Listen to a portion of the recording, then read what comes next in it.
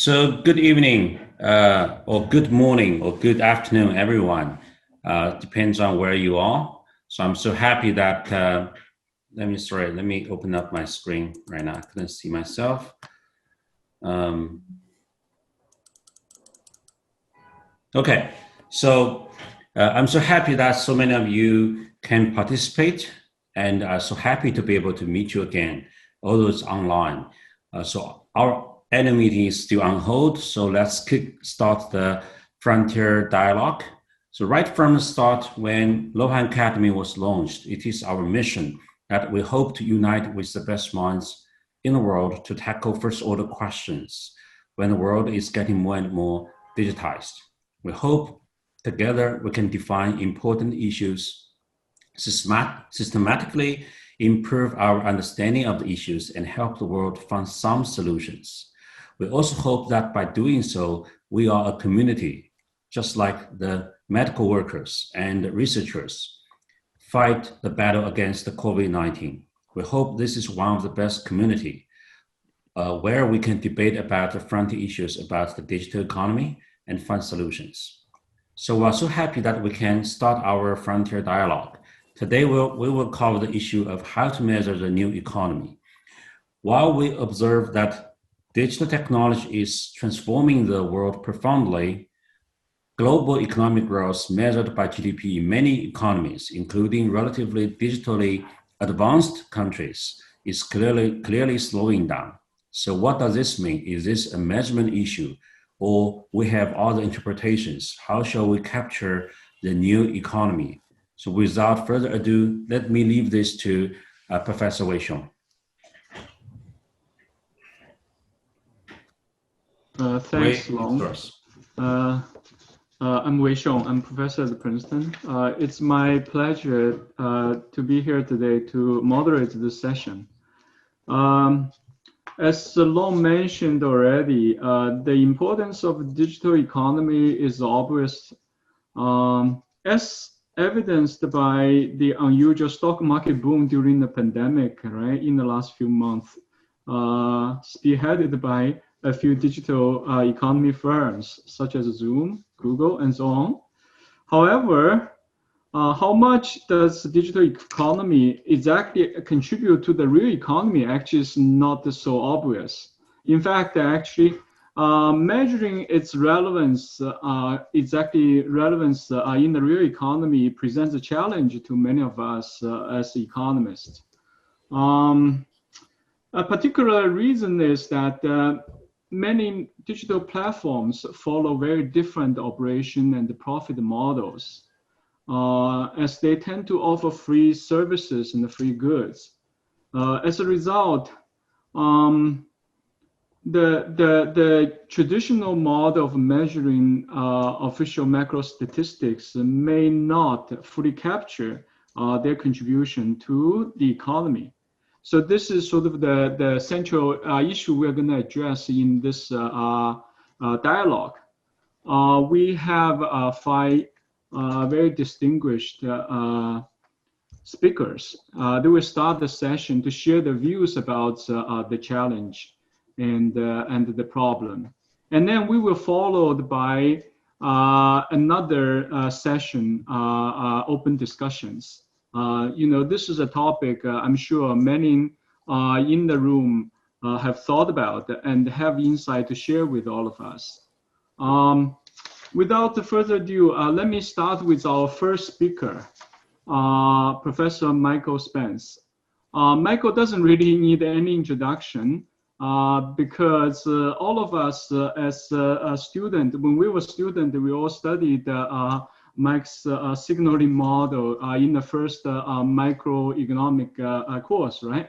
It laid the foundation to a large follow-up literature on information economics. And in recent years, Michael has also spent a lot of time thinking about issues related to digital economy.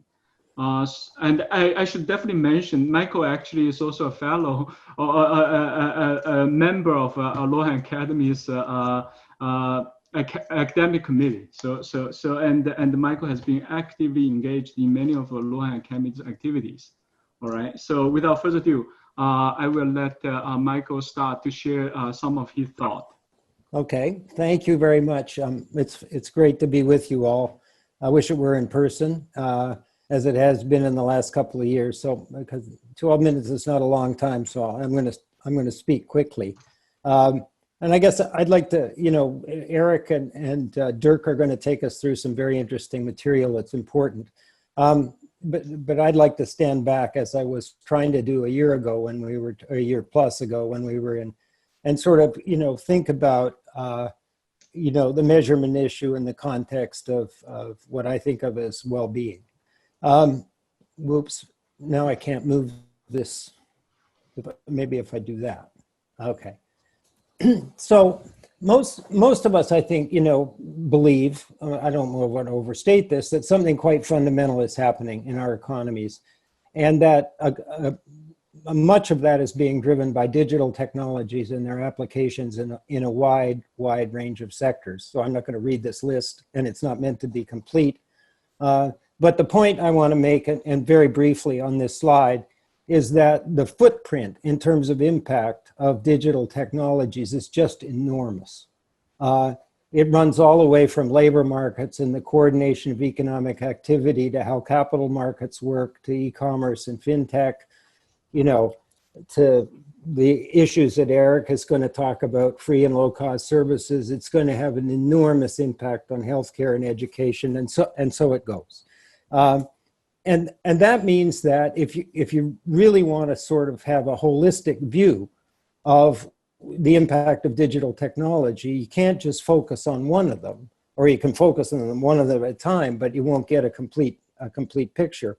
And what worried me a year ago is we were focusing on traditional measures of economic performance and finding, relatively little impact thus far. I'm sure, Bob Gordon is going to help us understand that better.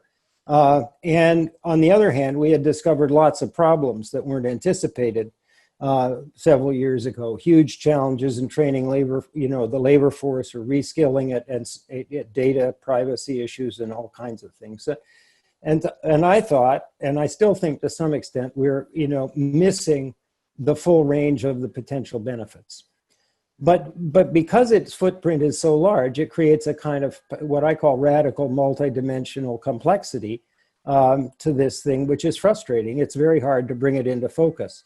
And there are now, literally hundreds of indicators of various aspects of digital transformation and penetration.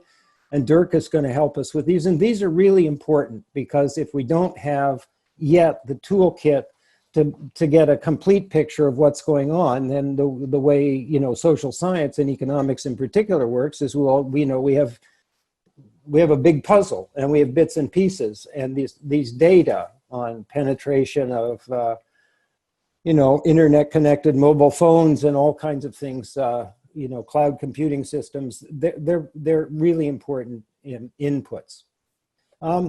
But I want to just make it clear at least what my motivation is. And it isn't, the long run objective, at least from my point of view, is not to sort of understand in every detail what's happening in the digital economy and society. It's to know, ultimately the goal is to know what the impacts are on various dimensions of human welfare. And I underline various dimensions. I am not a fan of, single measures. The only time single measures work reasonably well is when they move more or less in sync, meaning they're highly correlated. So if you pick one of them, it works pretty well. And I've seen examples of that when we were working on early stage developing countries. Then it was pretty clear that GDP growth and income growth was a necessary condition for achieving a rather broad range of economic and social objectives in terms of progress. And so it was perfectly legitimate. So I'm not, throwing it out.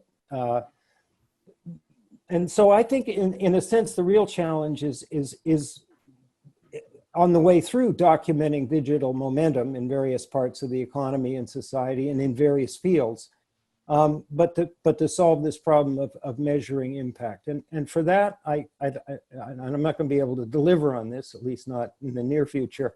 I think we need we need theory. We need models or frameworks that capture the way in which the digital technologies that we're interested in affect the economy. And I mean, I could speculate about what that might look like. It's going to have a network-like structure, but except for some small inroads, we really don't have those models now. Notwithstanding, you know, at least a little bit of progress in understanding the informational structure of markets, I think we're in the early stages of getting there. Let me give an example. This is in the spirit of multidimensional, right? So, and I'll do it very quickly. Some of you have heard this before. So a couple of young researchers at Stanford worked with top dermatologists in the medical school to use this very powerful general purpose technology called image recognition to see if they could detect skin cancers. There's lots of different examples of this type. And it worked quite well. And there were subtleties about, you know, false positives and negatives that we don't need to spend any time on.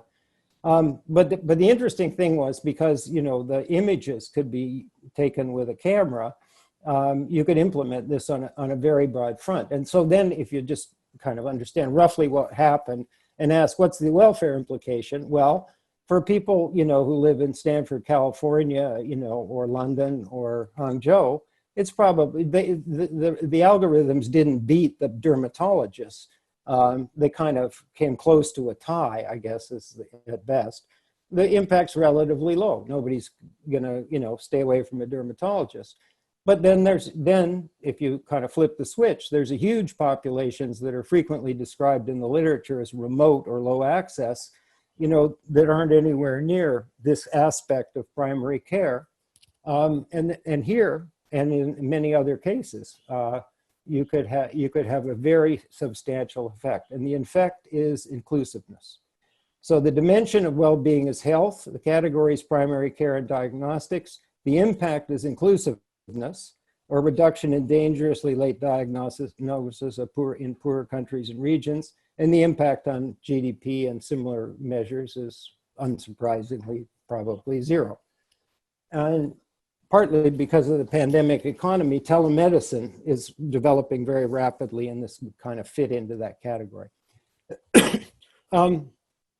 This will overlap a little bit with what Erik, I think, is going to talk about, having taken a peek at his slides. So I think it's important to understand the cost structures of these digital economies. They are high fixed sort of development / innovation costs, and tend to have low to zero marginal costs. That means they're massively scalable.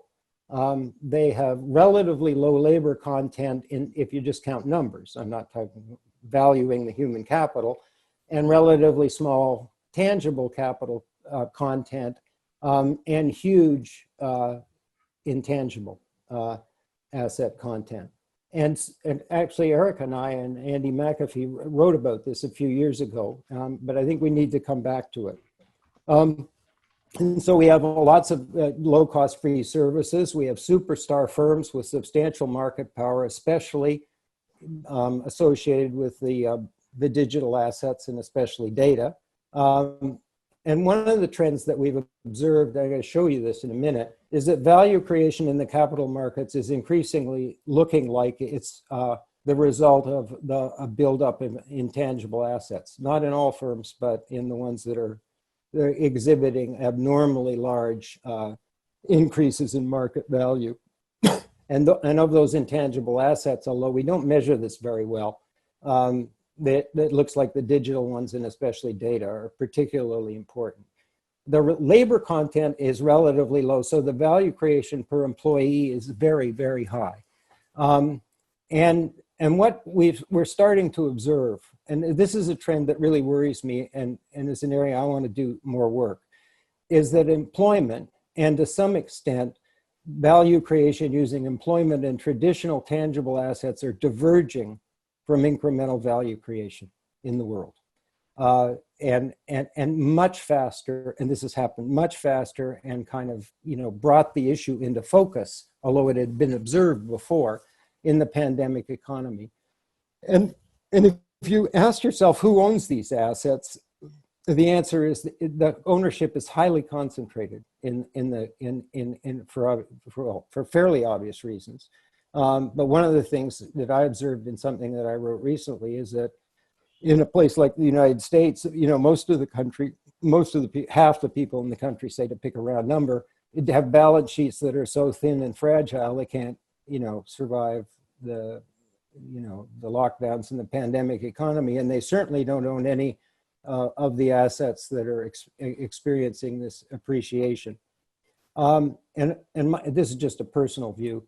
I don't think we have good models of how the economy works dynamically with these kinds of production functions and cost structures. We can measure unmeasured stuff like consumer surplus, and it's very important. And Erik has done, and his colleagues have done the best work on that, and we're about to learn about it. But that's different than understanding, how an economy dynamically works, both in functioning and distribution with this kind of structure. So here's a picture, a very smart guy at an asset management company. This came from Bloomberg, I just saw it. They basically divided the S&P 500 into deciles. I think he was just counting companies, not market value. And then looked at them, and then the top decile was the ones that have the highest value, market value per person, per employee in the company, highest intangible market assets, market value of intangible assets. I mean, basically that you do that by subtraction. You take the market value and subtract assets and liabilities if there are any. And this is the picture you get. These outsized bits of economic performance, this is year to date, so it's the pandemic economy, are all, or tend to be, are highly correlated with this sector that has high market value of intangible assets per employee. And as you go down, then you get into other sectors that are lower, that generate value in normal times with labor, some combination of labor and tangible assets, mostly. I mean, everything is a hybrid, but the mix differs. And this is really interesting. I mean, basically, it's an example of what I asserted before, only it's extreme. And it's an example of divergence in the markets, induced in part by the pandemic economy.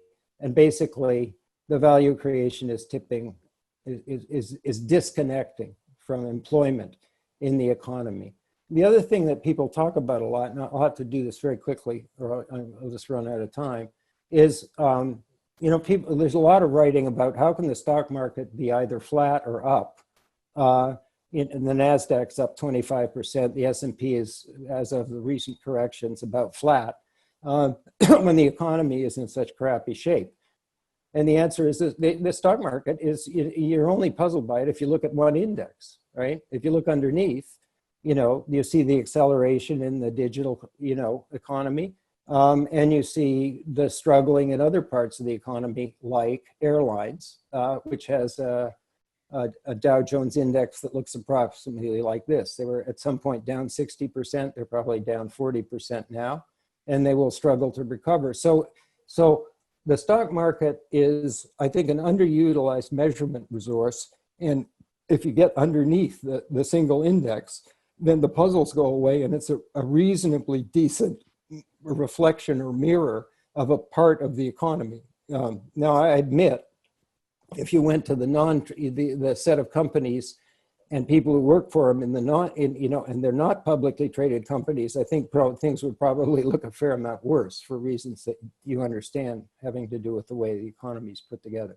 Some of you have seen this before. I'm just going to leave it with you. A study that I found interesting, done by two faculty members at the University of Chicago, asked how many jobs can be done at home. And the answer was, for the American economy, 33%. And then this is across sectors. So education, 83%, professional scientific, 80%, et cetera, finance, 76%, tech companies, 72%, and that's a pretty broad category. You go down to the bottom, accommodation and food service employs 16.7 million people, of whom 4% can work at home. The rest are unemployed or were, and you can see that this kind of divergence matters. I want to, maybe there's a little advertising long, but there have been some serious attempts at capturing important dimensions of digital impact. And one of them was the first report that the Luohan Academy did called Digital Technology and Inclusive Growth. And what it did, for those of you who haven't had a chance to read it, is it documented for the Chinese economy mainly the inclusive results of the rapid growth of e-commerce, mobile payments, and fintech. It's only part of the digital footprint, in China and certainly, globally, but it's an important part of the footprint. And we've seen, more muted versions of that in other places, but we saw big accelerations in places that have fallen, virtually everybody's fallen behind China in some of these dimensions because of the pandemic economy, because we were forced to change. So I don't mean to say digital technology is good, but let me state a hypothesis based on this scanning exercise I've been doing for the last couple of years.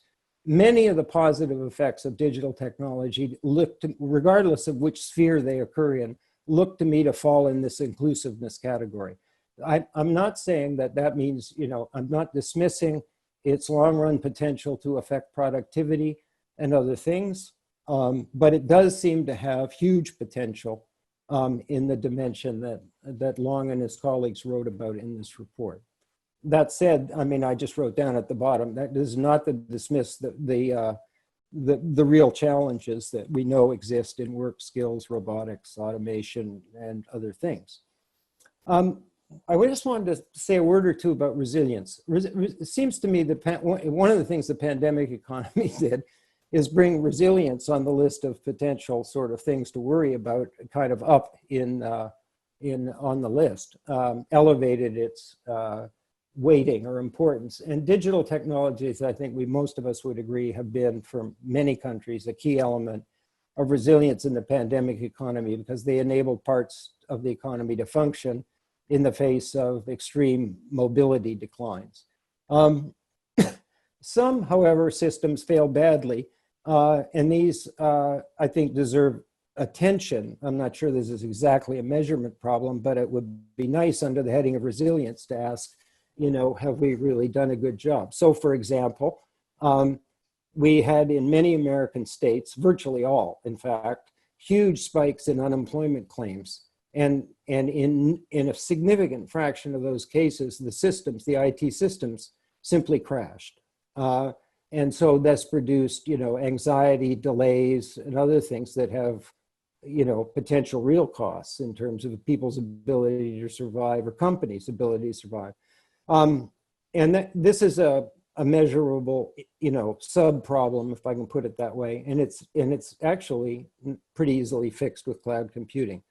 The other thing that I wanted to mention under the heading of resilience has many dimensions, and we could spend, a couple hours on it, but it's very striking that many, at least some of the Asian economies, including China, have dealt quite effectively with the pandemic economy, with the virus, using in part digital tools. And what they basically dealt with is something that my friend Mohammed Al-Arian calls human counterparty risk. Everybody knows what counterparty risk is. When the counterparties in financial transactions don't trust each other, the transactions stop happening. It can bring a financial system down, as we know from various episodes historically, including the GFC, where it could have happened again. This is the analog, right? So, absent some mechanism for sort of differentially affecting people's mobility depending on their infection risk, you basically have a situation in which everybody's equally risky, and that produces, because of risk aversion, significant headwinds to the development of business. Asian economies have and China in particular, I think has done a good job of dealing with that. In the West, our concerns about privacy, data security, distrust of business and government caused us to underutilize these tools. So I cite these as examples because I think they're interesting. Finally, this is my last slide. I will say, in deference to Bob Gordon, intermediate, this is a point I made a year ago, but I'm going to repeat it. GDP and its flip side, income, is really important. And nobody is proposing to sort of throw it out of a multidimensional, well-being measurement system or system of trying to track progress. So the question is, if you accept that there's some important work to do to understand its effect on various dimensions of well-being, does digital technology matter for GDP growth, for incomes, for productivity? And I want to just leave out free services for now. We know GDP doesn't measure consumer surplus. I mean, leave it out so Erik will bring it back in, but just leave it out for now because we know consumer surplus isn't in there, along with a whole lot of other services that get delivered that don't have markets and prices. And finally, we get to the point where the digital technologies, if they're going to affect GDP growth, are probably in economic terms going to have to be intermediate goods, meaning they're not part of final output. They're things that are needed to produce final output, and if they're powerful enough, then they'll increase productivity.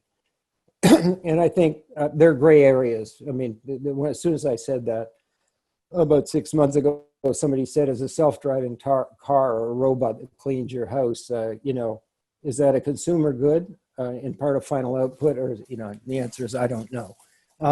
And so I think it's fair and important to ask if digital technologies are, if our measurement systems are going to be able to capture the impact of digital technologies on productivity, on labor productivity in particular, and on growth. And given the recent trend in productivity globally, if the answer to that is ever going to be yes, it looks like it'll have to be in the future because we're just not there yet.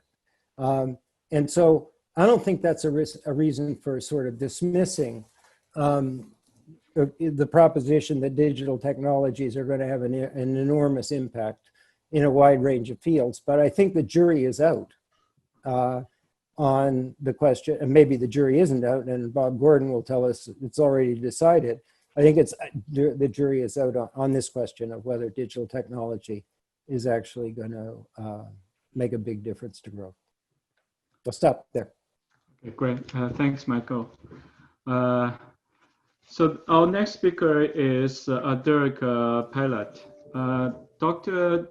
Dirk Pilat is Deputy Director of the OECD Directorate for Science, Technology, and Innovation. He has been heavily involved in issues related to digital economy policy in OECD. In fact, he just supervised the report for the G20 Digital Economy Task Force regarding a roadmap toward a common framework for measuring the digital economy. So let's have Dirk share his insight from this report. Dirk, can you share your screen? So I hope you can hear me. I hope you can see the screen. Thank you very much for the invitation. Sure. So Dirk, in order to remind you the time, so I will prompt you in the chat box because I don't want to interrupt anyone. Okay. Don't worry. I'll try to stick to time. So I'll talk a little bit about some of the work which we're doing at the OECD on measuring the new economy, and also probably touch on a number of the other speakers and what they've been talking about.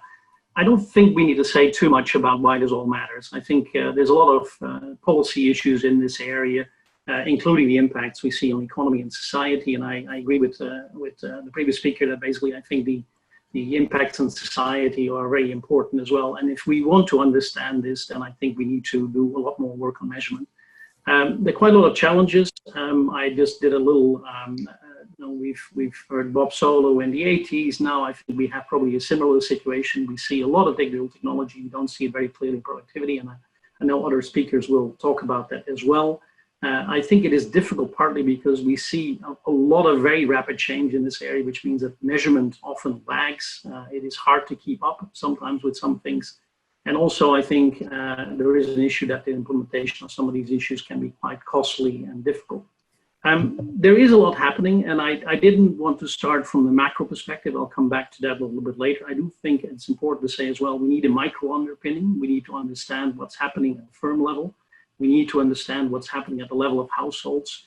And there is a lot happening there. So I think, for instance, this is from some of the work we've been doing for a number of OECD countries, and where you can see that the number of firms, large firms, small firms that are using big data analysis a few years ago. And I think what we typically find there, that some of these technologies haven't spread quite as widely as we sometimes think they have.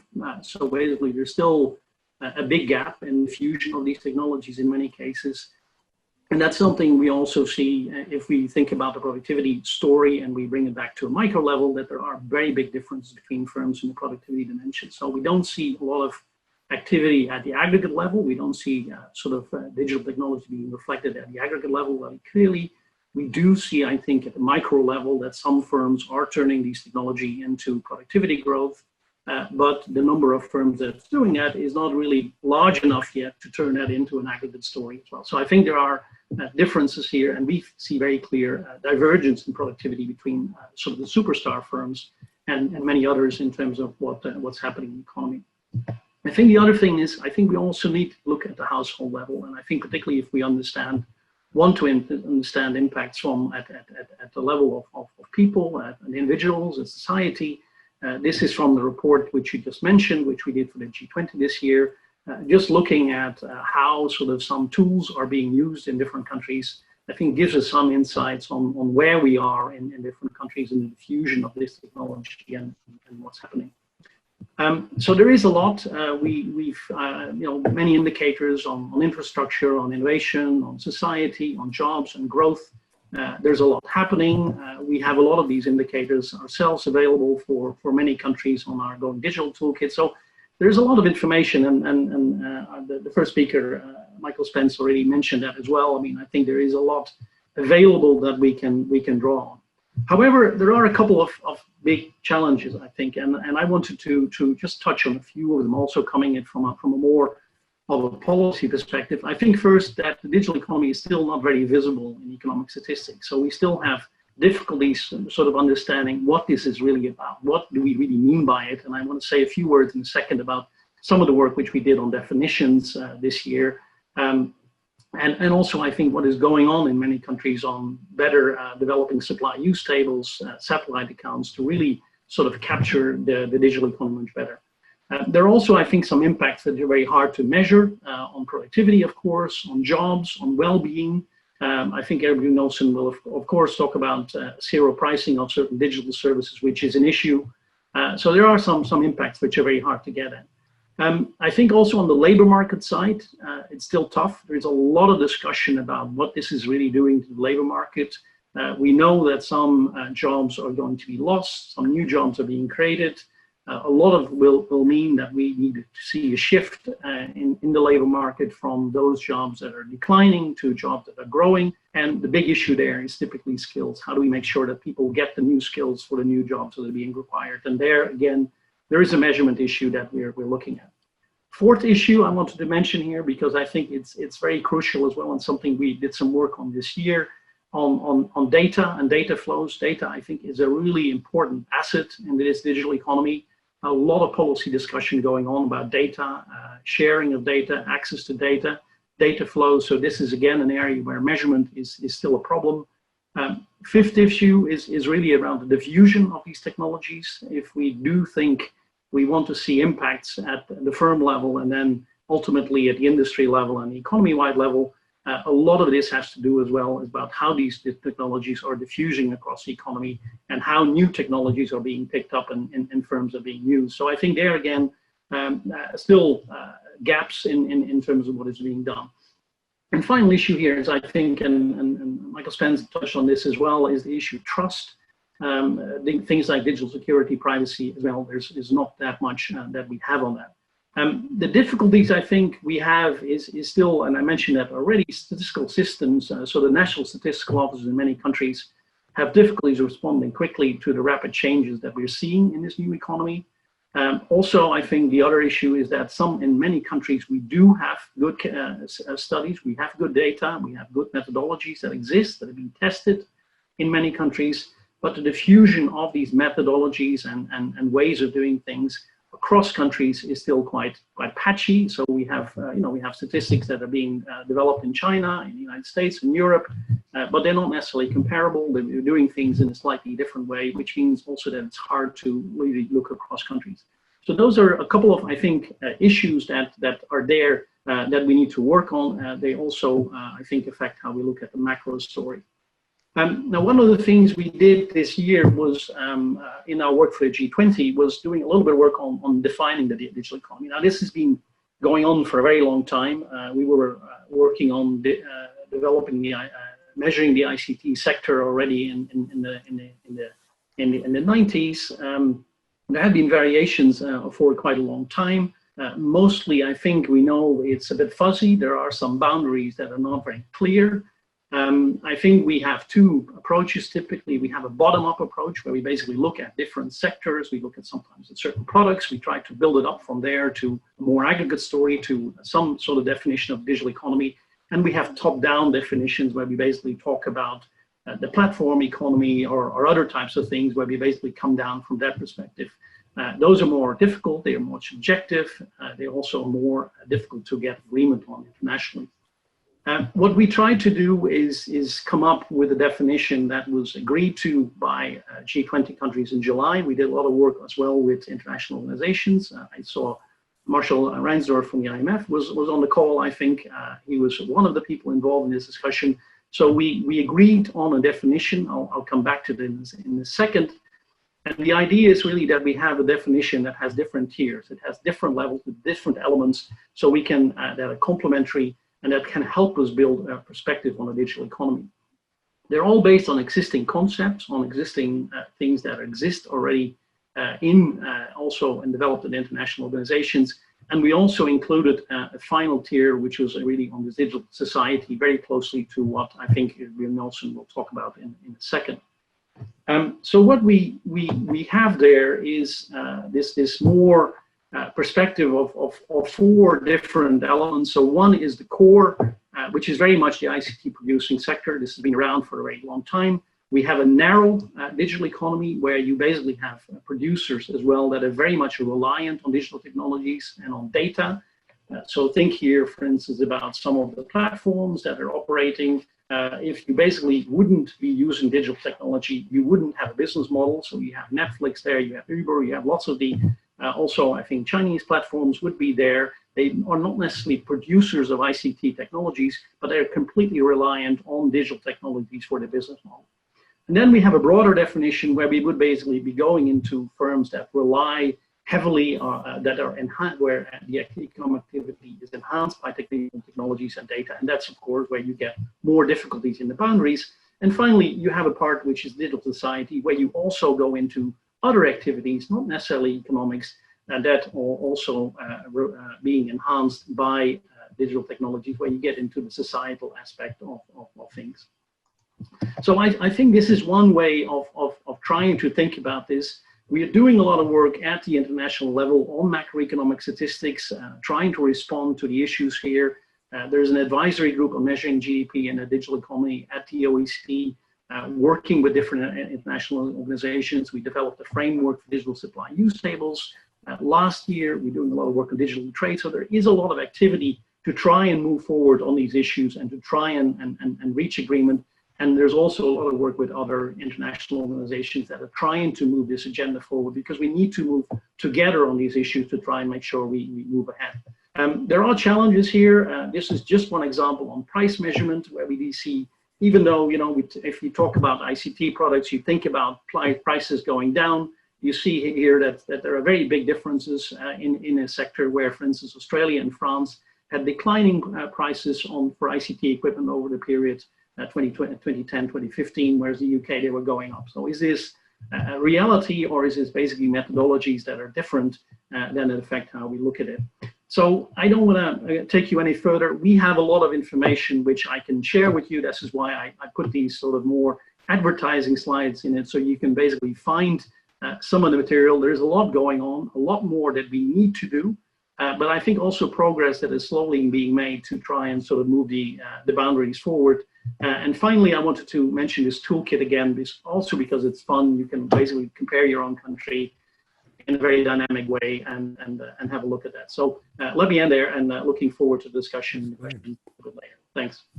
Great, thanks, Dirk. Yeah, indeed, many of this issue will come back again during the discussion session. Next, we will have Professor Erik Brynjolfsson from Stanford to share his view. Erik just moved from MIT to Stanford to be the director of the Stanford Digital Economy Lab. He has written quite extensively about the effects of information technology on business strategy, productivity and performance, and so on. In particular, he has recently written several papers about measuring, accounting for the value of new and free goods in the digital economy. Erik? Yeah, thank you so much. Yeah, is it sharing now? Yes, you can make this full screen actually. Yeah, let me see. How's that? Yeah, great. Thank you.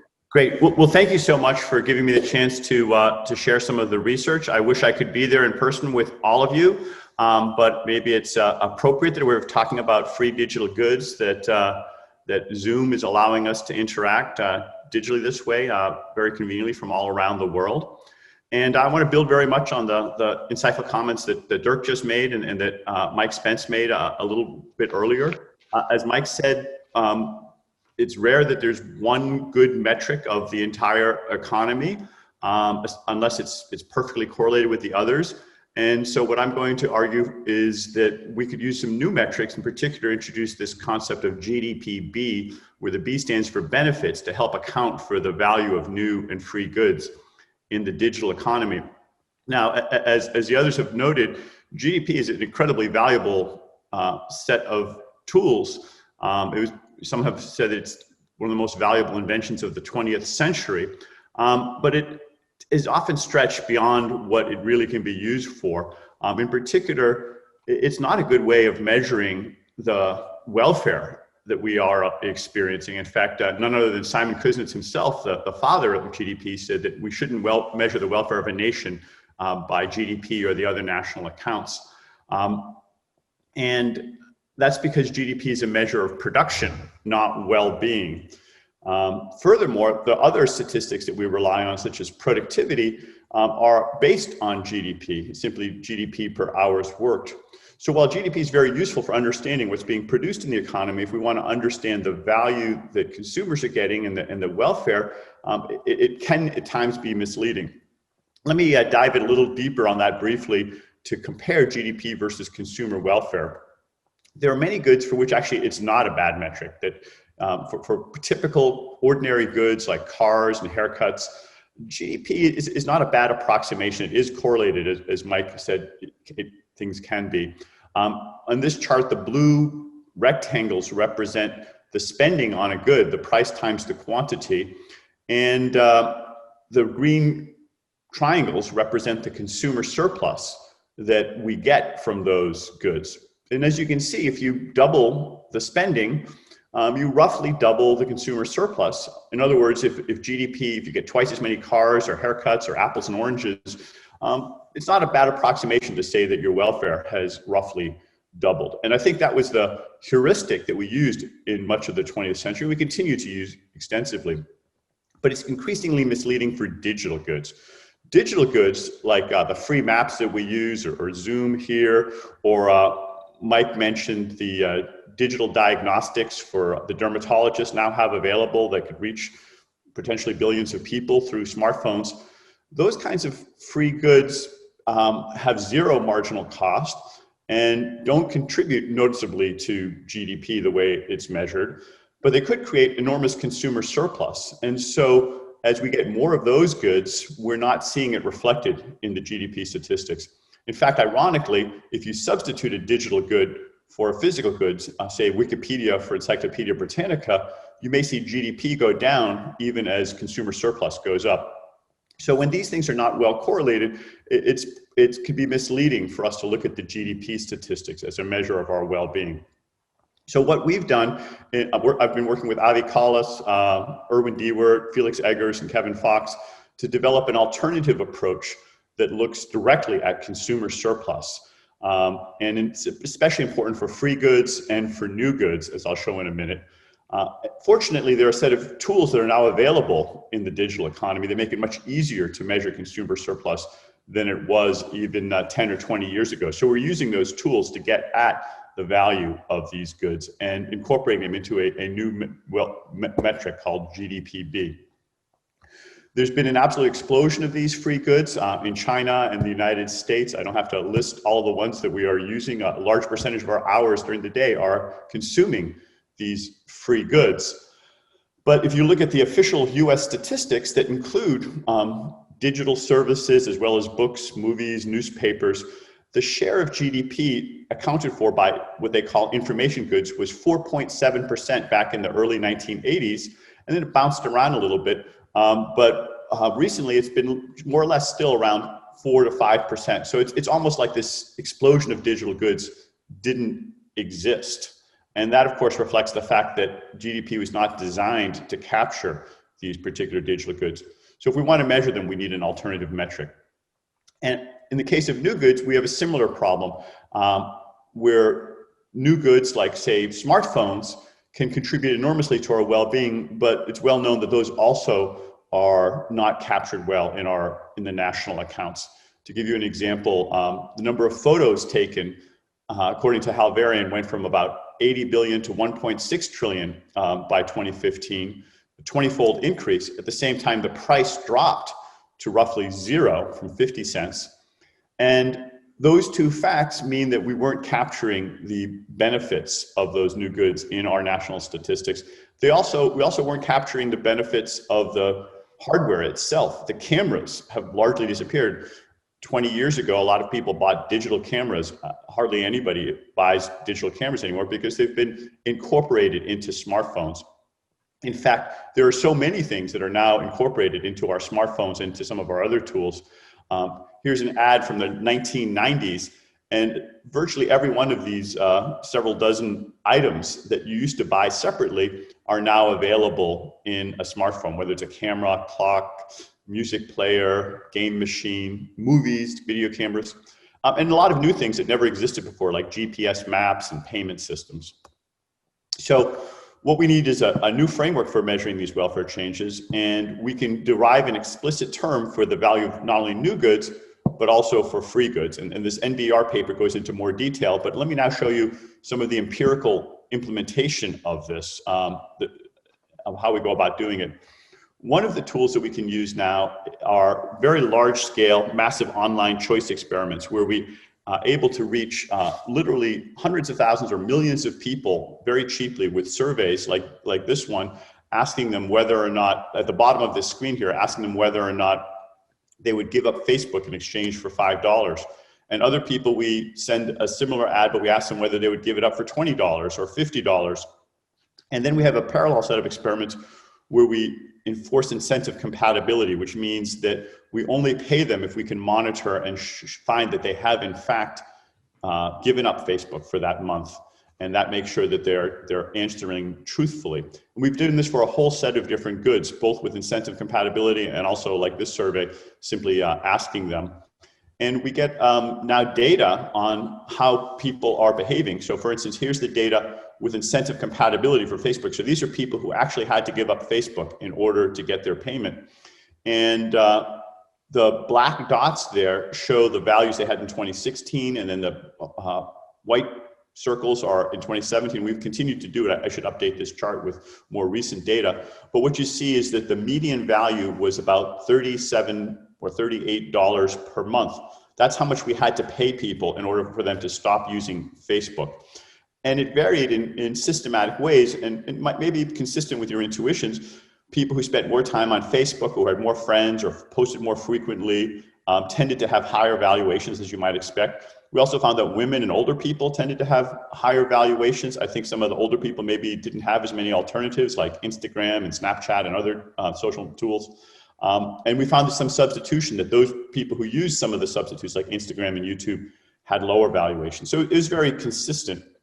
We've now done this for many different types of goods, search, email, video, and what we find is that for each of them, we can do these demand curves of what people are willing to pay, and we get a sense of the value of many of these different kinds of goods. So the paper goes into more detail of what people's valuations are for a broad variety of different goods. So we can not only do it for digital goods, but we can also do it for non-digital goods. We also get, of course, consumer surplus from breakfast cereal and cars and jet travel. And in homage to Bob Gordon, who I think is going to be speaking shortly, I went ahead and we asked about toilets in the home. As Bob knows, about 6 or 7 years ago, we were giving the opening talk for the TED conference, and Bob challenged the audience whether they would rather give up indoor plumbing versus internet, and we did a little vote there. And so I decided to scale that up to our population of a few 100,000 respondents. And indeed, Bob's right that most people value indoor plumbing more than internet access. So I think I'm happy with that result. But you can see that there are many other kinds of valuations there that we can measure for all sorts of goods. Some of them digital, some of them non-digital. And these are the median valuations. Of course, there are some people who have much higher valuations or lower valuations for any one of these particular items. So ultimately, as Mike Spence noted, we want to have a dashboard of metrics, and Dirk mentioned this as well and showed quite a few different options there. And I think one way to think about it is that there's a spectrum going from things like GDP and productivity, which we can measure with great precision, to 7 or 8 or 9 significant digits. And that's great for the national accounts. At the other end of the spectrum are the well-being metrics, which typically are on a scale of, say, 1 to 10, where people ask about how happy are you today. Maybe it's an important question, but it's also one that we don't measure very precisely. And I see GDP as being somewhere in between, a bit more precision, because we can actually go good by good and see what people's valuations are, but also a little bit more relevant to overall well-being. As I mentioned, measuring the benefits of goods, not simply the cost of them, gets closer to what we mean when we want to measure the welfare of a nation. And this is described as well in one of the papers that Avi and I wrote. So let me conclude by saying that the GDP, which was developed coming up on almost a century ago, has been the de facto metric of economic growth in almost all the economic studies that you see of countries. But as economists know, it really is not the measure of consumer well-being, and it's especially problematic as the economy becomes more and more digital, and more of what we consume each day has zero price. So that means we need a new metric. Fortunately, there are a set of tools where we can do massive online choice experiments to supplement these, and we've already been using them quite extensively. We're scaling it up not only for digital goods, but for non-digital goods, to create a suite of metrics. And these are described in our papers, where we are introducing this concept called GDP-B to measure the benefits. And we see it as a parallel tool alongside traditional GDP. And as the economy becomes more digital, I think it'll give us a more accurate sense of where the value is being created in our economy. I'll just point you to my websites where you can read more about this. We have one just focused on measuring the economy. The new Digital Economy Lab that I started at Stanford now has a website, and I also have my own website where you can read some of the related papers. I'm looking forward to a lively discussion of all this. Thanks. Thanks, Erik. This is great. Our next speaker is Professor Robert Gordon. He's a distinguished macroeconomist from Northwestern University with a lot of highly influential work on all sorts of issues related to unemployment, inflation, and labor productivity. He has also recently written a book on the rise and the fall of American growth. So Bob has been sort of thinking hard about how to connect the digital economy with the growth of advanced economy. So we're glad to have Bob to share some of his views today. Thank you, Bob.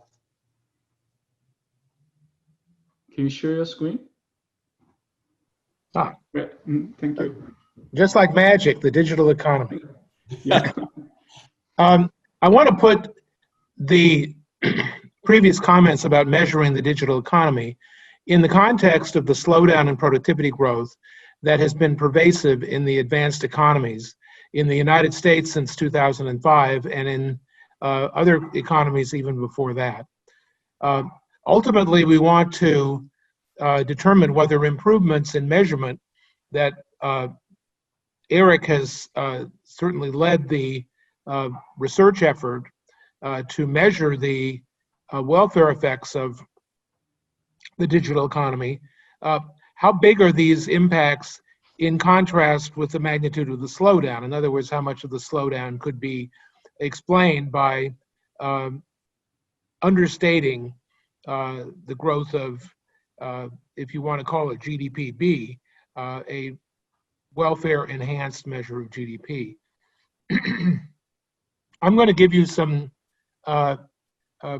rough idea of what has been happening in the US and Western Europe, but there have also been slowdowns in productivity growth in Japan and what I call developed East Asia, Singapore, Hong Kong, Taiwan, and South Korea, so that the same story would apply to them. But my own work applies to the United States and Western Europe. So here, to the left of the vertical line, we have 4 time periods. The first one is 1950 to 72. The next one is 1972 to 95. The third one is 1995 to 2005. And the fourth one is 2005 to 15. And I might add that the numbers for the final period would be just about the same if we were to extend that to 2019. Red is the United States, and blue is what I call the EU 10, which are 10 of the countries of Western Europe that were members of the common market before 2004. They include all of the big countries, the UK, France, Germany, Italy, and Spain. And here is the rate of productivity growth in these 4 periods. You'll notice for the blue bars, the EU, we've had a steady and continuous slowdown in productivity growth. Very rapid productivity growth at the beginning, much more rapid than the US, because initially after World War II, Western Europe had fallen way behind due to wartime destruction and also a long lag in the adoption of electricity and the internal combustion engine compared to the United States.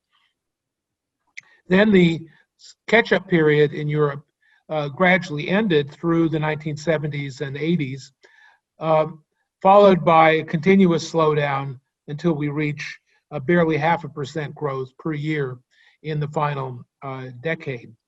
The United States has had a zigzag pattern with modest growth in the first period, a much discussed productivity slowdown in the second period, a much discussed revival in the third period, and then finally another slowdown. Now, one of the things we have emphasized in our research, and I've done several papers now with a young graduate student, what we've emphasized is if you look at the first red bar and the second blue bar, you see they're almost the same.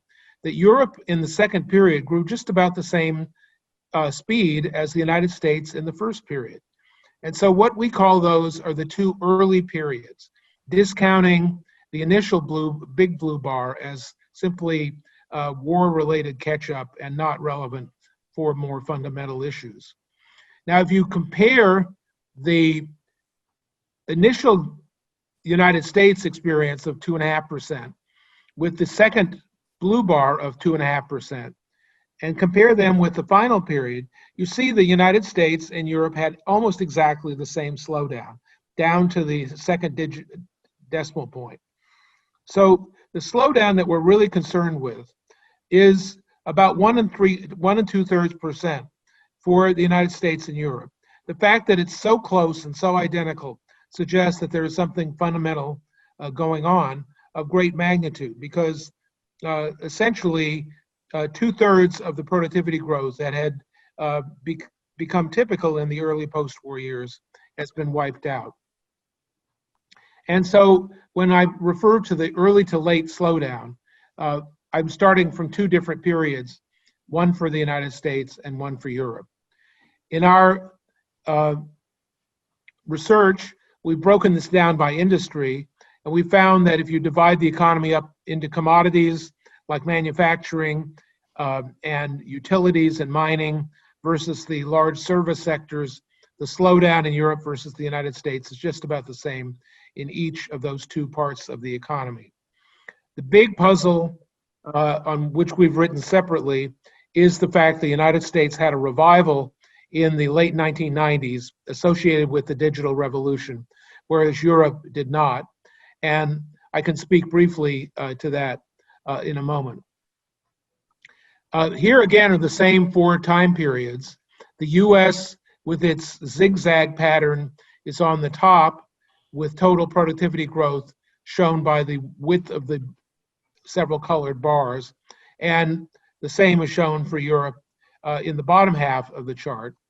And here we just divide up the responsibility for this productivity change into capital deepening in purple and total factor productivity, the effect of innovation, in green.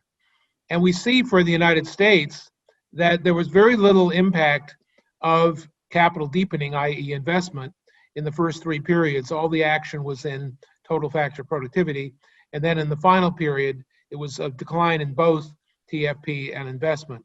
For Europe, going from the first to the final period, we have the slowdown equally shared between TFP and declining capital investment. Now, one of the main points that I've made in talking about the slowdown is that investment is not strictly exogenous. We don't go off and look at interest rates or other kinds of monetary policy to understand what's happening to investment. There's strong feedback to investment, not only from population growth, which has been declining, but also from innovation itself. If innovation declines, then there is less incentive to invest. And that, I think, is one of the main reasons why investment slowed down so much, particularly after 2005. So again, in the United States, it's changing multi-factor productivity growth that does most of the explaining, with capital deepening for the US contributing mainly in the final period. For the EU10, it's a steady slowdown in both MFP and capital deepening. The orange colored little small segments in that graph were the effective composition of the labor force by age and sex, and that has very little effect. So what are some of the measurement issues? And here I'm going to focus on the United States because more work has been done to quantify the issue of measurement. It's widely agreed that price indexes for digital goods, particularly for computer hardware, have an upward bias. That is, official measures of the prices of computers don't decline fast enough. And that, it turns out, goes in the wrong direction if we want to explain why productivity growth has slowed down so much. Because the bias from this mismeasurement of computer hardware has gotten has gotten smaller for several reasons. And for a bias to get smaller goes in the opposite direction of what we're trying to explain. Now, one of the reasons why the bias has gotten smaller is that IT investment is simply a smaller share of GDP. And it's the nominal share of any given component of GDP that measures its importance. So the share of total information and technology investment in GDP in the two peak years of the late 90s was 2.8%. In the two most recent years, 2018 and 2019, it was only 1.9%. So it had fallen by a third. Thus, if there had been a regular, constant upward bias in price indexes for computers, the importance of that for GDP measurement would have declined.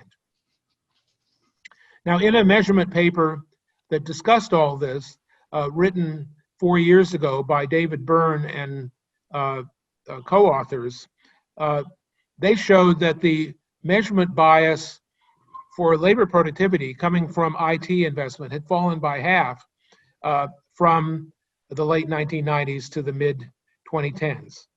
And most of the remaining bias in price indexes for computers is in the semiconductor chips themselves, which are an intermediate good in the manufacture of final computer equipment, where the bias has become smaller. So this is one aspect of the measurement issue, that we're looking for bigger biases to explain the productivity slowdown, but so far we've found one source of a smaller bias. Now here's another really important thing, and this applies perhaps more for the United States than for some other countries, and certainly would not apply to China.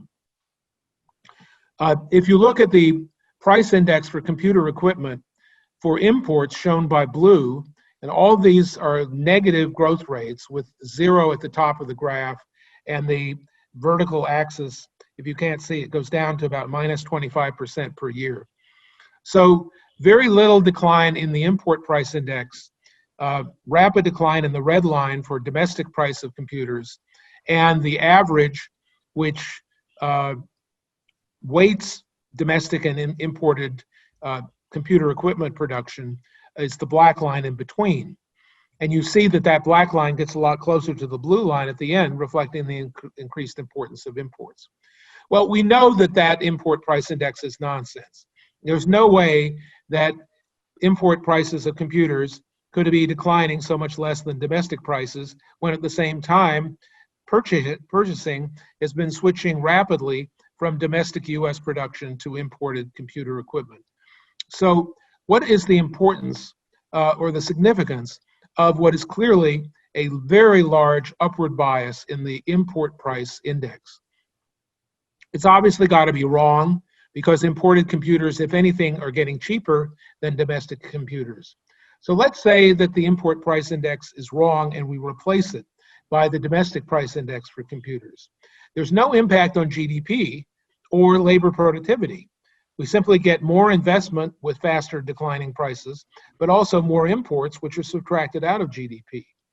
But what it implies is that because investment has gone up due to the faster decline in prices, we get more capital deepening given labor productivity growth.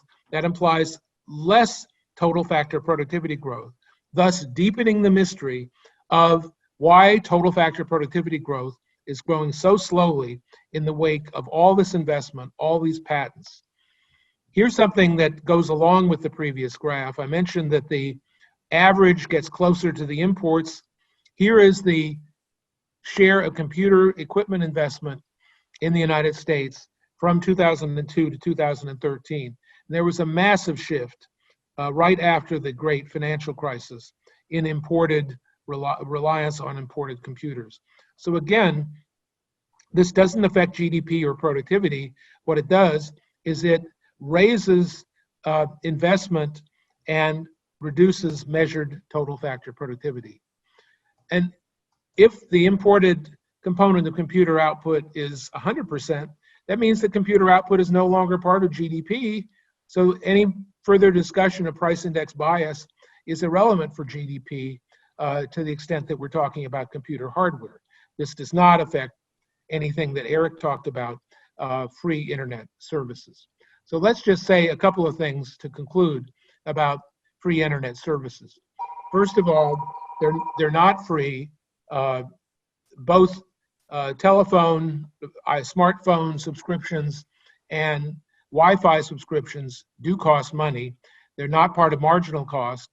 They are a fixed cost that has to be taken into account. When we looking at my own expenditure, it depends how long you keep your smartphone and how rapidly you depreciate it. But you're talking $100 or $150 a month for the cost of these internet services. What Erik is doing with his research goes beyond some of his earlier work that valued hours of internet use by using the employed wage, and instead the value of internet time should be compared with the previous uses of that time. I mean, previously people weren't just staring at the ceiling. They were listening to the radio, they were listening to music, they were watching television, they were talking on the phone, they were playing board games. They were getting consumer surplus from what they were doing, clearly less than they are now, but not zero. Now, Mike Spence focused on this, and it's something that is at the heart of our discussion today.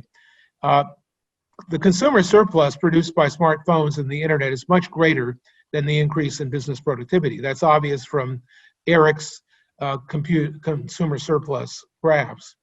Facebook use is outside of the realm of the production of business goods and services. And in addition to that, we know that some portion of the value of the hardware of the phone is imported because these the actual construction of these phones is not part of GDP. So let me just conclude by appreciating Erik's discovery that people still value indoor plumbing. Throughout the history of the Industrial Revolution, we have had inventions that add to consumer welfare without being included in GDP or affecting business productivity.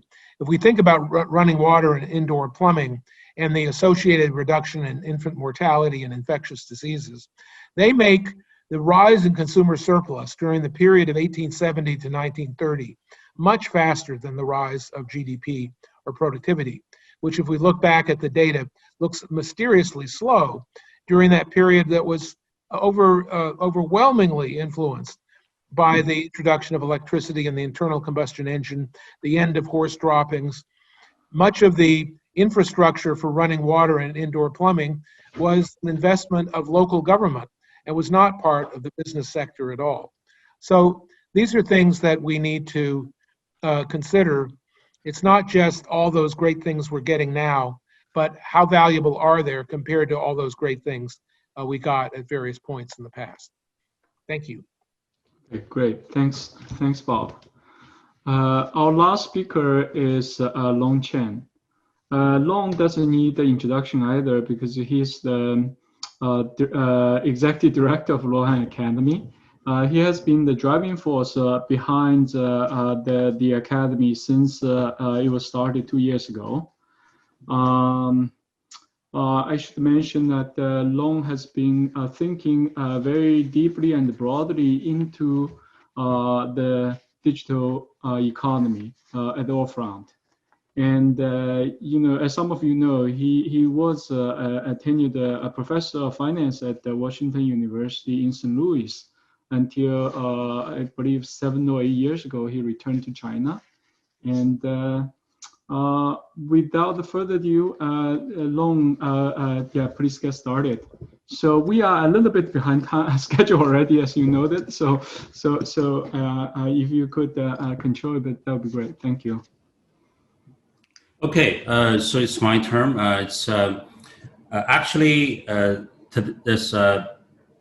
there's a lot of good experts in the audience who are better than me to talk on the subject, but I guess I'm entitled to talk a little bit for a couple of reasons. One, I'm going to use the colored PPT, and which is different, but probably more important. So I think China is different. So, but I'm going to come back to this point here. So there was an excellent review earlier by Erik to talk about the potential explanations for the slowing down of the slowing down of the productivity puzzle. So there are 4 possibilities. One is probably false hope. So second is probably mismeasurement, and another reason is redistribution. So maybe it's just the impact is just distributed in some areas or some top players, or finally it's probably the implementation lags. So we have to wait. Now, so the reason I think is particularly worth to talk about in China is that China is in a sense, digitalization has become macro phenomenon in many areas, but I'm coming back to that. So I think that can help to clarify some of the potential explanations to help to push ahead a little bit. Now, but before I get into China's case, I'm going to talk about, give several comments. One is that so in addition to the productivity puzzle, there are several more puzzles. I think they're somehow related.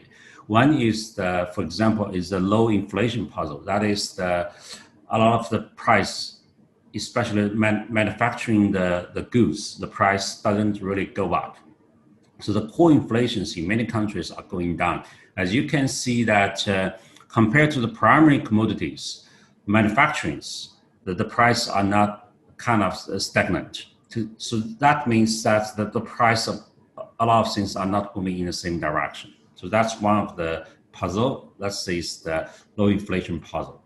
Now another puzzle several of the guests talk about is the free goods puzzle, and that is the increasingly we can see that the more and more the free apps are dominating, and people spend more and more times on them.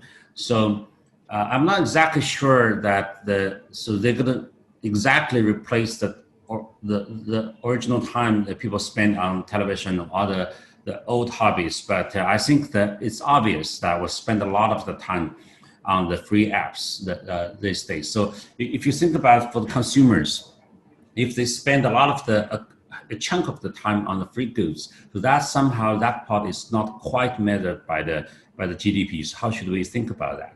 So there's another puzzle that Mike mentioned earlier, but I'm going to give some concrete evidence. So what I do here really is to provide some material, hopefully today, to stir up the talk a little bit. So that is the intangible asset puzzle. So now I'm going to give you some numbers. So if you look at on the left, so if we look at the percentage of the market value, that is kind of representing the intangible assets. So if you look at then it's clear that it's in the technology companies, electronic equipment, softwares, and including S&P 500. For S&P 500 firms, about 70% of their asset is kind of intangible. That relative to the real estate is about only 19%, and the car industry is very little. So the point here is that so it's not just about very high-tech companies, and so this is becoming more and more intangible. Another part is I'm trying to look at the price to sales ratios. That is I'm trying to think that a company's sales is a bit like the GDP. It represents the business economic activities. So that ratio is much higher for the companies that are more digitized industries or companies, softwares, big tech, electronic equipment, S&P 500, real estate, car industry is similar. So if you look at the assets or their revenue activities, then you can see that it's for the more digitized industries, it tends to be higher. So that is another puzzle. Now let me move quickly to China. China's case is worth to talk about because in the past 10 years or so, we already know that China has become the second largest economy in the world. But what is somehow underappreciated is that China's digitalization is making a good progress. So back in 2009, China's e-commerce online consumption only accounts for less than 1% of the retail sales, which is kind of lower than a lot of the countries. So, but in last 10 years, not only China's economy has made progress, actually its percentage. So the online consumption as a percentage of the retail sales is now about 25%. a quarter of the retail sales. So that, what I'm trying to say here is that it has become macro phenomenon. So in this sense, that we don't need to worry as much about the implementation lag, or the so it also involves the hundreds of millions of users and the tens of millions of the companies, SME startups. So it's I would think in terms of the impact it on the people, on the companies, or as a percentage of the GDP, they all become kind of macro phenomena. So we can focus on some of the cases that we can, maybe that can help the people here to understand a little bit more. So I'm here, the first thing we're trying to look at is that does the online e-commerce improve the productivity of the retail?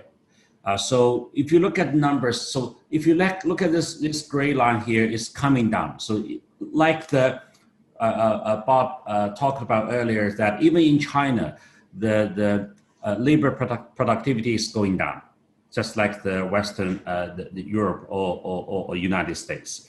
And if we look at the red line, which is the labor productivity of the retail sales, you can see that kind of fluctuates, then it can't go up.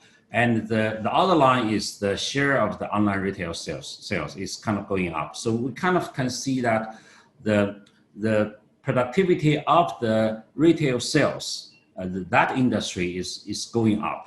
The trend is different from the overall trend of the other sectors in China. So, and the retail sales in China is a more digitized industry, as I mentioned. So that's one thing. But probably what I should mention more is that it's a lot of things. I think if you look at e-commerce as the use case, a lot of stuff that's not quite measured on GDP, probably they're important. So if we think about the digital technology, it tremendously reduced the cost of the producing and sharing information. So because of that, so then the market, the boundary of the market has been broken. So the fixed cost of market access have become much lower. Now, a lot of the small startups, the Papa Mama stores, now they can get easy access to e-commerce to sell goods to people thousands of kilometers away. And the cost of contract enforcement has become much lower. And also there's a lot of algorithms nowadays to improve the information efficiency, to help the supply and demand to match each other. And there's also the more competition because the market becomes so much bigger.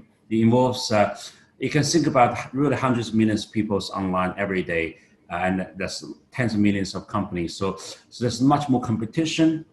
That also leads to a reduction of the price dispersion. Now, so these are actually, all of those things are observed and are measurable. But there's a lot of other things that are kind of intangible, and so they're important, but they are not. I'm not exactly sure they are captured in GDP.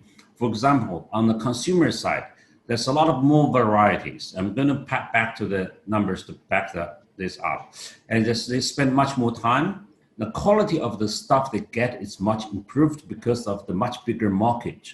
There's a lot of the reduced spatial consumption inequality. And on the business side, there's so much more inclusive entrepreneurship. So if you only look at Alibaba's platform now, so each day, so we have the more than 10 million active startups, and half of the entrepreneurs are women. And so they get opportunity to serve the customers thousands of kilometers away, which were impossible. Also, the market valuation part is also measured. So what I'm trying to say is this earlier part, that is the market cap, they actually captures this part of the thing that might not exactly show up in the productivity or the revenue per se. So let me give you some concrete cases to hopefully help you understand what's happening in China. So if you look at this graph here on the right-hand side, just look at a lot of industries. The average distance between the buyers and sellers is about 1,000 kilometers, we know that traditionally local stores can only serve people within several kilometers. On the left-hand side, which is something interesting, we just made this graph. So what this really is that this is China. So what we're trying to see, so we say if we only use the e-commerce activities to define the network, how does that look like? It's very interesting. You're gonna see the different regions of China. So they're not bounded by the province, nor are they bounded by how the government defines this is supposed to be the area that linked together. But actually you can see that the market somehow, because of the digital technology, they are combined in different ways. So this network is spreading. It doesn't cover all of the Chinese markets, because there's some areas, we only look at areas that has the millions of 1 million population with the cities, this or that. So it's not include all the areas, but you can see that it's interesting, there's networks. We also see the clear reduction of the price discrepancies. So the price increase, or you can think about the inflation growth variations, has become much smaller in the past 10 years or so. So because of the online market, it integrates together, that makes the price variation much smaller. Except for the most recently, probably because of the COVID, other reasons, it's going up a little bit, but otherwise it's clear trend is going down, the price dispersion. And this part is interesting. Look at the variety. I'm giving a particular example is women's sweater. So if you separate two dimensions, one is the design characteristics, another is the style. Style is like do we wear which kind of clothes for the work, for the leisure time, there's different styles, and the different style are going to have a lot of different designs. So if we combine them, of course, you're going to have a lot of the combinations, but you can see that there's thousands of combinations. They are actually available nowadays for somebody, for a woman to pick up. That variety, I'm not sure it's going to be captured. My point here is that, let's say I'm going to spend $50 to buy a sweater, but there's so much more variety, which is not exactly captured by the $50. So that's something we observe. And continue with this variety thing. So on this graph, the horizontal axis is the per capita GDP, RMB. So the vertical line is the variety of the goods consumers buy. You can see that in the less developed regions in China, they actually buy many more varieties than the more advanced regions. The reason is, of course, very simple. So in the less advanced regions, they're going to enjoy the possibility to buy many more varieties. And in the big cities, you can go to the local malls to do that. So that the variety is particularly important for the less developed people in terms of the, equality. And so this is the regression from research, and so from general marketing research, but you can see it's similar. So essentially, it's this is from the online ratings. So the consumers actually, they provide the information themselves, because the cost of producing information is so cheap, they rate the goods. And by doing so, then that promotes the branding. But you can see that this is particularly useful for the rating is good to improve the sales, but it's particularly useful for the products that do not have strong branding to start with. So that is helpful for the less the goods with less branding. Now, what's really behind this is actually the information.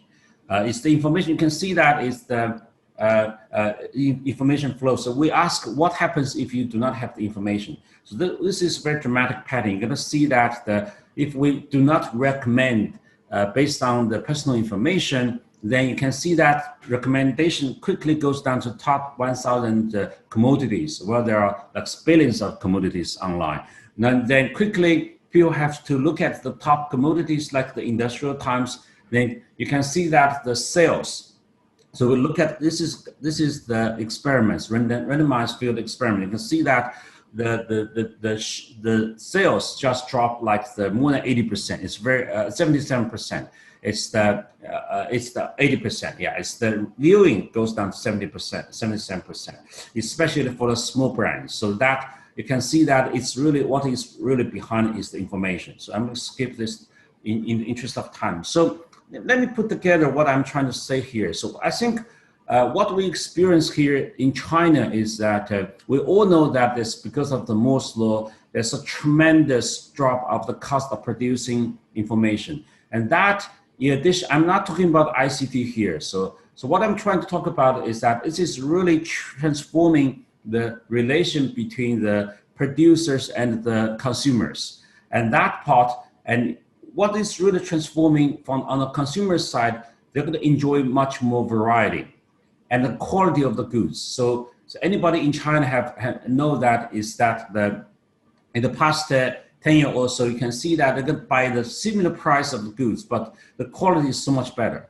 It becomes so much more affordable, and they're going to save much more time.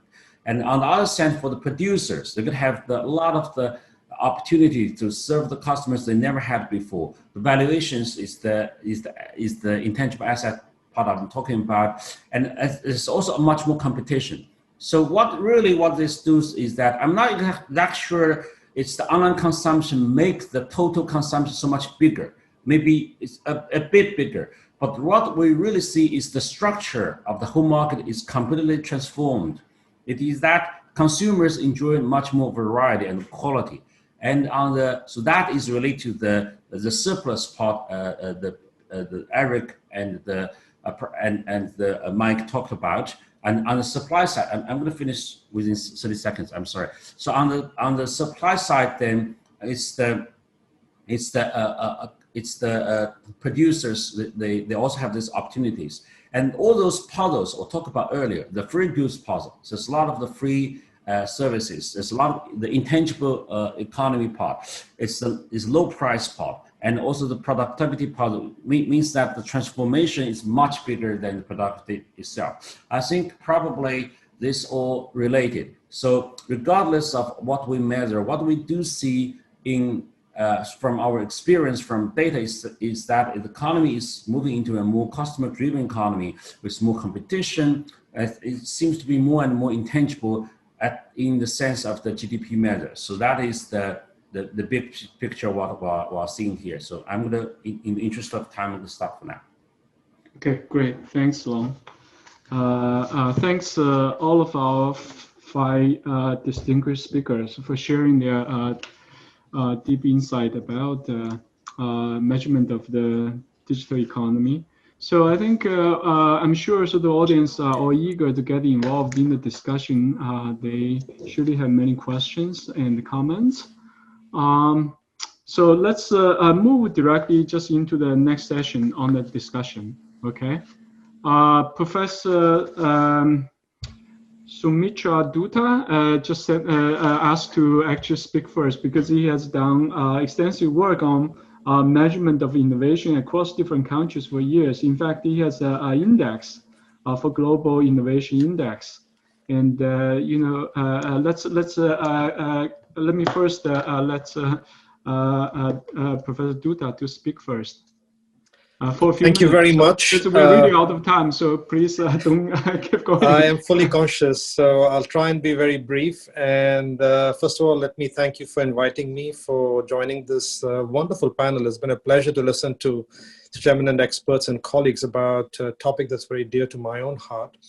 And I will not even try to summarize or any kind of other attempt to try to replicate what my colleagues have said. But let me just sort of mention 2 or 3 things that have driven my own thinking about this own area. So as many colleagues have mentioned, the digital economy is a continuously changing phenomenon. The boundaries are very fuzzy, the technology changing very rapidly. And as Mike Spence said very correctly, it actually covers the whole economy today. It's so holistic, so broad. And this raises the complexity of measurement or any kind of effort to try to capture what is happening in the space. My own efforts in this area, and Daisy, I'd be very grateful if you just put the first slide on. So my own efforts in this area started, probably around 2001 time period when I was involved in a group at the World Economic Forum trying to think about how does technology impact development. And that resulted in an index called the Network Readiness Index, which was published by the World Economic Forum till 2016, and now is published by the Porcelain Institute. And essentially, we were forced to think about what kind of issues are even important in this area. Now, if we just try and put our minds back 20 years, a lot of the issues then were very much hardware, software, bits and bytes related. Daisy, can you put to the next slide, please?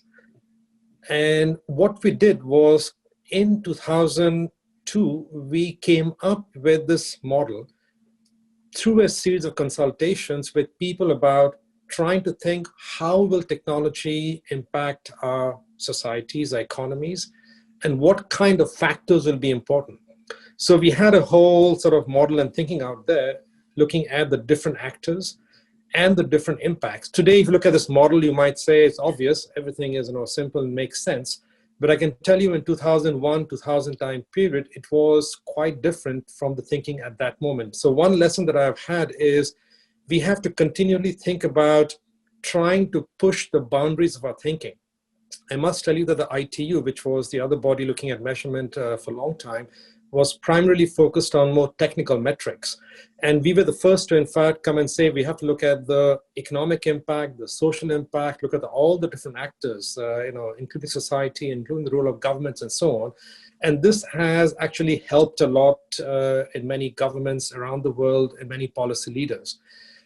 More recently, we became aware that the world of technology has also kept on changing, and this model is no longer adequate for reflecting what we think are the important aspects going forward. Daisy, the next slide, please. So we went through a process of consultation and thinking once again and came up with this revision of the NRI 2 years ago. And this basically reflects the fact that, well, if you look at how the impact of technology, which is all the thing that we all are concerned about, will happen, it'll really happen by being able to combine technology and people with the right governance structure. Governance at the national level, governance at a more corporate level, but fundamental story that we have ahead of us is how do we combine people and technology together effectively. And this is something which is not a surprise, because today, if you look at a micro level, if a company implements technology, you need to be able to go and make the changes in the management, the processes, the people incentives, leadership, the change management, and all those things. If not, the company does not get the benefit of the technology. The same thing is true at the national level. If you don't have this broader organizational context, country level context, the regulations, the political environment, the business environment, all those aspects actually included effectively, you'll not be able to get the benefit of technology. Daisy, can you go back to the first slide, please? Go back 2 slides. So this is really, in some sense, what we have been doing, and this is something that we have also applied to the other index of innovation that I created and we published with the World Intellectual Property Organization.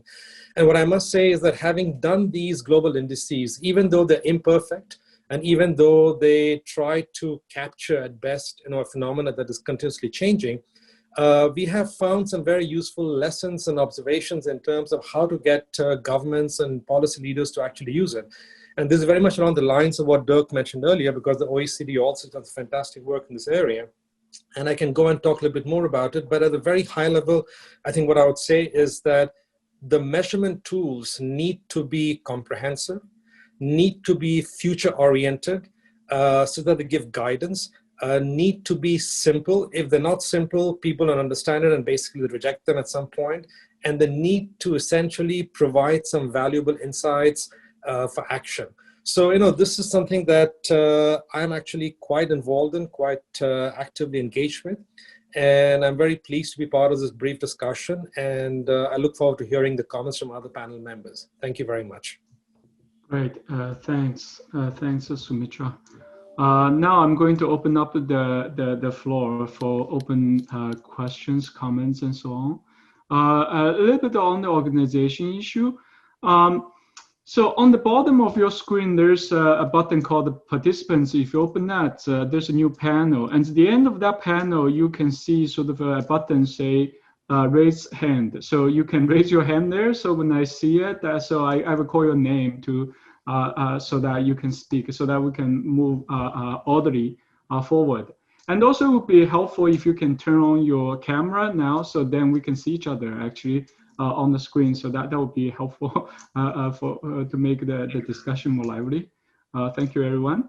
So I'm going to actually use my privilege as a moderator to ask 2 questions first. Then I will move on to other participants. The five speakers talk extensively about sort of the new models for digital economy, sort of very different from traditional economy, right? So a lot of things are free. But especially both Michael and Erik discussed this free good issue, right? So I wonder, sort of, of course, they are free issue. These free goods are helpful to consumers, but on the other hand, there are other costs, right? So privacy cost is one issue. Mike talked about it. But also there are other issues like addiction, right? In fact, actually, some other commentator has mentioned that the digital economy actually live on addiction in some sense, right? So all these sort of platform fight for people's limited attention. In some sense, Facebook is addictive, right? People spend hours on it.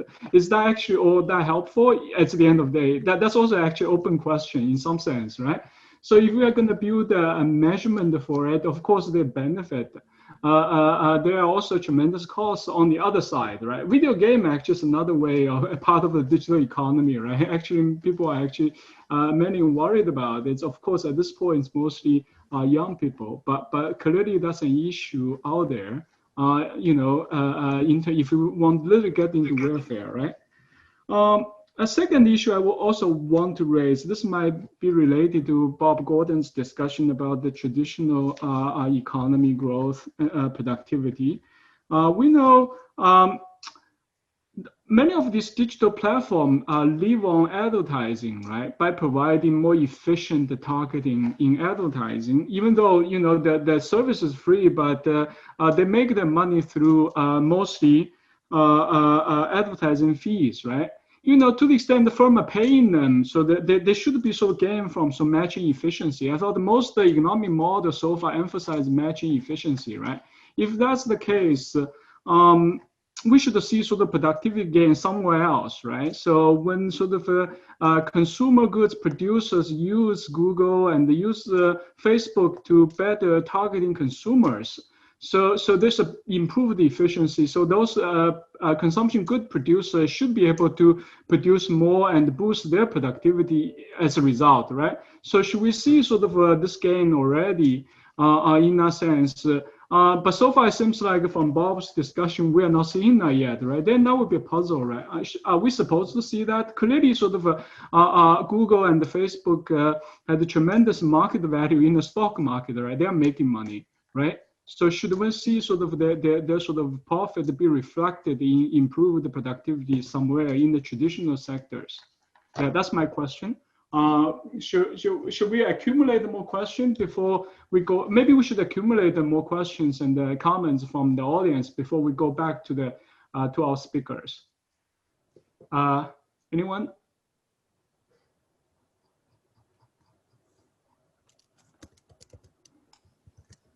Oh, I see several hands here. Jeff Parker? Yeah, hi. Hi. Thank you, Wei. Really great session this morning, so thank you all the speakers. Sorry we can't all be together like last year. So one thing that I'd like, and especially Michael, but others can weigh in, is to dig in a little bit more to the intangibles, and I think Luohan could speak to that as well. And there was an assertion or description of that as mostly data. And I wonder if we could be a little bit more precise, because we've heard a lot about network effects over the years and done a lot of modeling around the impact of network effects on pricing and the growth of firms. And I wonder if the data isn't in sort of description isn't getting a bit conflated with that. And just to give an example, think about, for example, the developers on SAP's platform answering questions for one another. At one level, you'd say, yeah, that's data. At another level, you'd say that those developers are creating value for one another. And to the extent that you have more involved, then the possibility of getting better matches on questions answered goes up. And I wonder if sort of digging into this description of intangibles as data needs a little bit more kind of detail or refinement. Just toss that onto the stack, Wei, and I'll let others weigh in. Great, thanks, Jeff. Erik, I saw your hands raised. Sure. Yeah, I'd love to. There's so many interesting comments brought up. Let me try and tie a few of them together. The first one that you made about advertising, it's a very interesting point. A lot of these free goods are advertising supported. Overall advertising spending in the economy hasn't really changed much, so you can't account for therefore there hasn't been a big change in our economic measurement due to changes in advertising. But more fundamentally, as Mike Spence did in a landmark paper with Owen 30 years ago, advertising expenditures are not at all reflective of welfare gains. And so it's not good to try to use them as a proxy for benefits. And that's why we did go with this GDP B approach. That said, as Bob Gordon brought up and as Long brought up, there are some interesting questions about whether this mismeasurement could explain the productivity slowdown. And my initial view was that I thought it was a big part of it, but I've evolved my thinking with new data. You should update your opinions, and the work that Bob did and also that Chad Severson did have convinced me that while there's huge amounts of mismeasurement in the economy today, all the digital goods that I showed you, there are also very large amounts of mismeasurement 20 years ago and 50 years ago and 100 years ago. And what matters is not the absolute level of mismeasurement, but whether there's been a change in the amount of mismeasurement. And it's not obvious to me which way that goes. Bob makes a good point that there was so much mismeasurement in the past, perhaps it was greater. I think Long pointed out that in many ways the share of these digital goods is growing, as I also noted, so maybe the mismeasurement is greater now. It's not obvious to me. It's something that requires a little bit more work. And so when we reviewed the explanations for the productivity slowdown, I did a paper with Chad Severson. We joined forces after coming to these different views, along with Daniel Rock. We didn't put as much weight on the mismeasurement story for explaining the slowdown as some of the other stories. In particular, the story, and Long mentioned this briefly as well, that I find more convincing is the rise of intangibles and restructuring and the lags needed to really take advantage of these very powerful new technologies. Artificial intelligence and the other digital technologies are general purpose technologies that to get the full benefit of them, you really need to fundamentally restructure your business operations, just as companies did with electricity and other general purpose technologies. And this kind of restructuring I see going on when I visit the companies. It doesn't come easily. You don't do it in weeks or months or sometimes even years. It can take a decade or more to reshape the economy to take advantage of these powerful technologies. And while you're making those complementary organizational investments, you don't see a lot of productivity gains. In fact, in a paper I did with Chad and Daniel Rock, you can even see a decline initially. I'll just draw it. You can see a J curve where at first the productivity goes down and then it goes up. And the reason measured productivity goes down is that investment in intangibles is not generally counted as part of our GDP and output. And so you get the misleading impression that you have lower productivity while you're building these intangible assets. But then later, hopefully you harvest them, and companies are making bets that they'll be able to harvest those intangibles.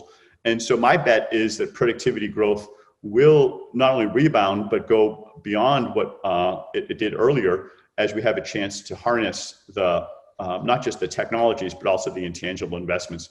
So that's a little bit of a different story. I didn't get a chance to go into it as much in my earlier remarks, but it connects how some of the mismeasurement and the productivity issues are and are not related to each other. Okay, great. Thanks, Erik. Dirk? Yeah, just a couple of things to add, and also I think to echo some of the things that Erik was saying. I think we're doing a lot of work on productivity, partly also with microdata, because I think that helps us to gain some new insights on what's really happening at firm level. And what we typically see for many countries, if we do that, we see a group of firms in many countries that are still doing reasonably well and increasing productivity. So you have a group of firms that are still probably using also new technologies to increase productivity, but you have the bulk of firms that really isn't moving at all, or in some cases is having very poor productivity growth. So the aggregate isn't moving very much. And I think what's happening as well, lack of reallocation in the economy. We have many countries where you have lots of what are called zombie firms that are basically sort of lagging at the bottom of the economy, not really sort of sometimes being removed from the economy. They're not exiting, they're there. And that, of course, drags down productivity. And what we typically see in many countries is really that business dynamism in terms of entry and exit has gone down in many countries across the OECD. We're still trying to understand that. We see increases in concentration. We see some issues which I think we need to be looking at if we want to understand it. Because I think also from the work we've done at the OECD, we don't think measurement is really the explanation. I mean, there are some issues there, and I think they're important to look at, but measurement is not the real explanation for the productivity slowdown. I just wanted to very briefly, my final point is go back to what Jeff Parker was asking. I think intangibles, I was in a conference yesterday at the European level. Carol Corrado was there, Jonathan Haskell, and I think they have a much broader definition of intangibles with three components. One is computerized information, where you have data, software. Another one is really the sort of intellectual property product. So you have the IP, but also R&D investments. And then you have a third component, which is more organizational capital and so on. Not all of those are included at the moment in national accounts. We don't measure all of those in national accounts, but there is sort of more and more slowly being included. So R&D was included some years ago. So we are picking up some of these things, but still we're missing a lot. And I think in terms of trying to understand productivity at the moment, we need to do better in that area. That's pretty clear. Right. Great. Thank you. Long, you want? I cut you off a bit. So you want more to add?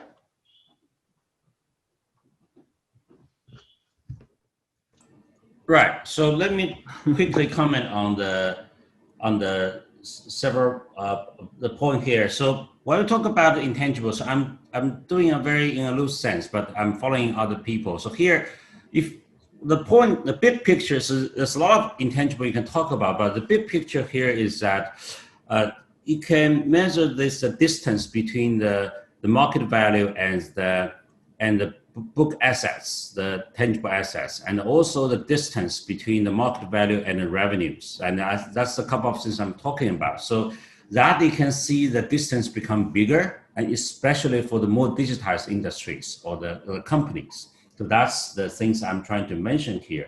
So the second point here is that, so what I'm trying to really emphasize, because I think what's different in China is that I'm trying to talk about e-commerce because it's really not as much about implementation led. As you can see that here, what I'm trying to see is that it's not necessarily the size of the pie itself, but the whole organization has completely changed. So maybe, let's say originally the size of the consumption is like the 100. Now goes to e-commerce, move that to 110. That's some improvement. But what really see is that the way you can pick how many variety you can pick the stuff, the quality of the stuff, and also an opportunity for the suppliers. All those things have all changed. So that transformation between the suppliers and producers is the thing I think is kind of missing. And what we see deeply, we see is happening in China. And so a lot of the intangible capital in terms of because of how the producers are able to build a relation with the consumers. Because of that, they don't really need to charge everything. And a lot of, they can probably provide 10 products, but only 2 of them are charged. A lot of them are building the trust, the long-term relation, etc. So I'm talking about this transformation of how the economy functions. That is not quite captured by the size of the pie itself. And finally, the J curve, I think Erik mentioned, but is also showing up in China's retail industry transformation we'll talk about earlier. I think that's graph there. Mm-hmm. I see. So follow up on Long's discussion. I thought if that's the case, we still should see at some point improve the productivity somewhere else, right? Maybe in the near run or medium run, as Erik mentioned, that the shape may not be monotonic. To build up this infrastructure, build up the network, right? So that will take time. And in the meantime, it might actually diminish production of the competitors in some ways, but eventually this will pick up, right? So once the infrastructure and the network are completed, and in full function, we should see this eventually pick up somewhere else. So it's in that sense, there's some sense of redundancy, maybe, right?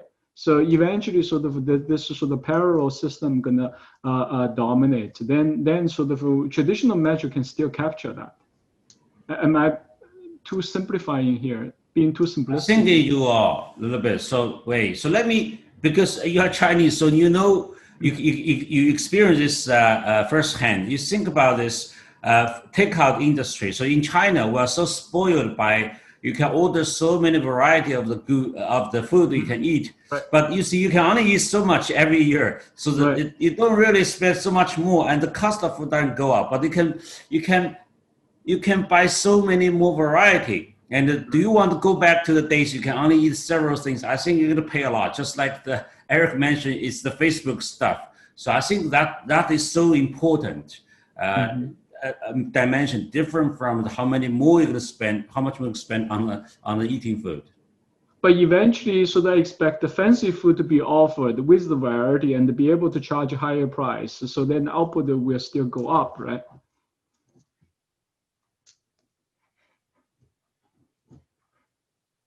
You're muted, sorry.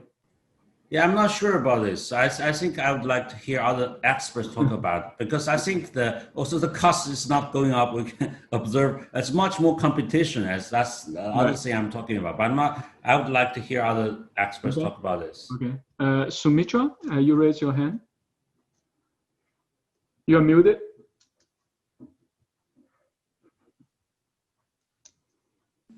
Yeah, okay, sorry. Yeah, thank you for, so I just wanted to react to a couple of comments. And I think, by forcing the question of productivity and productivity alone, maybe, we are sort of limiting ourselves and not seeing the bigger picture, as has been raised by many, about the broader well-being. How do you actually, and Erik had this nice, figure that talked about how GDP fits between the different components, but how do you look at well-being? Think of, for example, all of us are in academia, or at least we spend time in academia, and how do you measure productivity of a university? Okay, is it based on which metrics? The tuition that the university derives and the number of students it graduates, or the quality of learning it gives to the graduates, or the lifelong success it generates for its alumni. And I think the whole issue of technology in this whole equation is a very complex one. It's not just the amount of investment the university makes in Zoom or whatever software it buys and hardware and software. We know the whole educational curriculum, the teaching style, the whole, the way the programs are designed, the structuring that Erik mentioned. All this has to happen. So I think if we don't really fully capture all those elements, we'll not be able to understand how technology is leading to a higher impact. And we have to sort of broaden our definition of impact. I think if not, we will not be able to fully realize the value. And when I talk to companies, and I'm sure the same is true of many of you, I don't see any hesitation about investing in technology. I mean, there has to be some explanation. If productivity is being questioned, and yet people are investing in technology continuously, there's something wrong, right? So people are seeing it as a necessity, sometimes to compete, sometimes as a way to effectively gain market share, whatever. So I think the issue right now is trying to capture the complexity of this restructuring, organizational change, the leadership, and everything else that goes along with technology.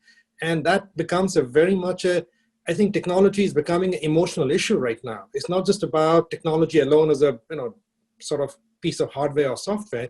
It's about how that hardware and software relates to people. If the teacher doesn't feel comfortable in adapting his or her learning, the technology will not be used. So the productivity benefits or whatever impact benefits they're seeking will not be achieved. So I have a feeling that we need to broaden, as we have said correctly, but we need to push ourselves in trying to find more metrics of impact, whether there's SDG goals, other kinds of impact that we seek, and try to then link them back to the complexity of the entire equation of technology investments. Mm-hmm. Great, thanks. Feng Zhu? Yes. Thank you, Wei. I think these are very interesting discussions from our speakers. I just want to follow up on a question that you mentioned before on free goods. So basically, if you think about all these multi-sided platforms like Facebook actually, it does provide, say, free social network services to the users, but at the same time, on the other side, they're charging fees from the advertisers. So basically, this is not really, say, mismeasured if you count both sides of the platform. And then if you think about other tech companies which are operating on multi-sided platforms, so basically can provide very low fee payment services or free payment services, but actually through the expansion of the networks, they get more users and they get more data. It actually can operate in associated market in financial services like lending or insurances. So basically the free services get paid in other places because they're competing for other markets.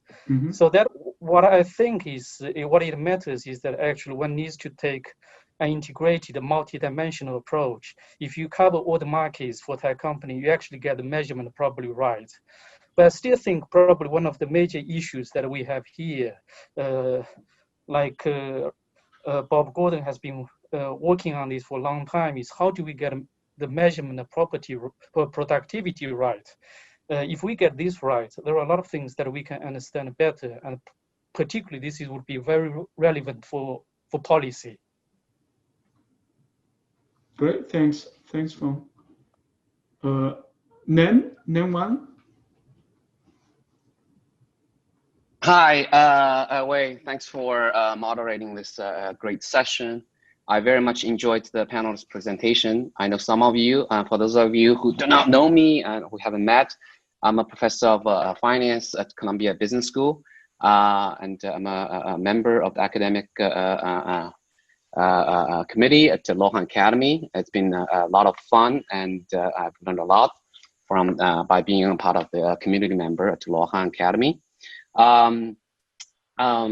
So certainly as economists, we understand that GDP is a partial measure of welfare, and naturally, as Erik pointed out, welfare-based measures such as consumer surplus makes much economic sense from first economic principle. I have a few questions for Erik and also more broadly the panel and the audience. We know that, I guess I'm thinking about models here. So in a represented agent model with infinite lived sort of setting, then of course consumer surplus is sufficient if we really go after the fundamentals. But obviously the economy is full of heterogeneity, wealth inequality, or broadly measured, all kinds of inequality indices are on the rise across the world, not only in the US, China, just the entire world. And this pandemic shock, if any, has made the inequality much more visible and salient. We know that face-to-face industries, where both customers and employee face-to-face interactions are important, get hit much worse than other economies, sectors of economies, of our economy. And so I think it's, I'm fully embracing the idea of taking consumer surplus and other welfare measures more seriously. But to the extent that heterogeneity is such an important aspect of the society, it would really be great if we could think a little deeper, and I'm sure you have a lot of thoughts on this, to how to capture consumer heterogeneity. And actually on one of the slides, at least on Erik's presentation, you see that different consumers are willing to pay differently for Facebook and other apps. So it's already out there, but I'm just hoping that if we could have some more conceptually coherent framework or more details that we can think about, and that would be really great. Now, the second thing is that I'm sure you all thought about this, which is related. When you have overlapping generations, which is of course a lot better description of the real world, where future generations are not born yet. Now, how do we think about this? Now, presumably, one value that digital economy is providing is to make future more productive. Now, to the extent that the future generations benefit, how do we take that into account when we think about a broad measure of welfare?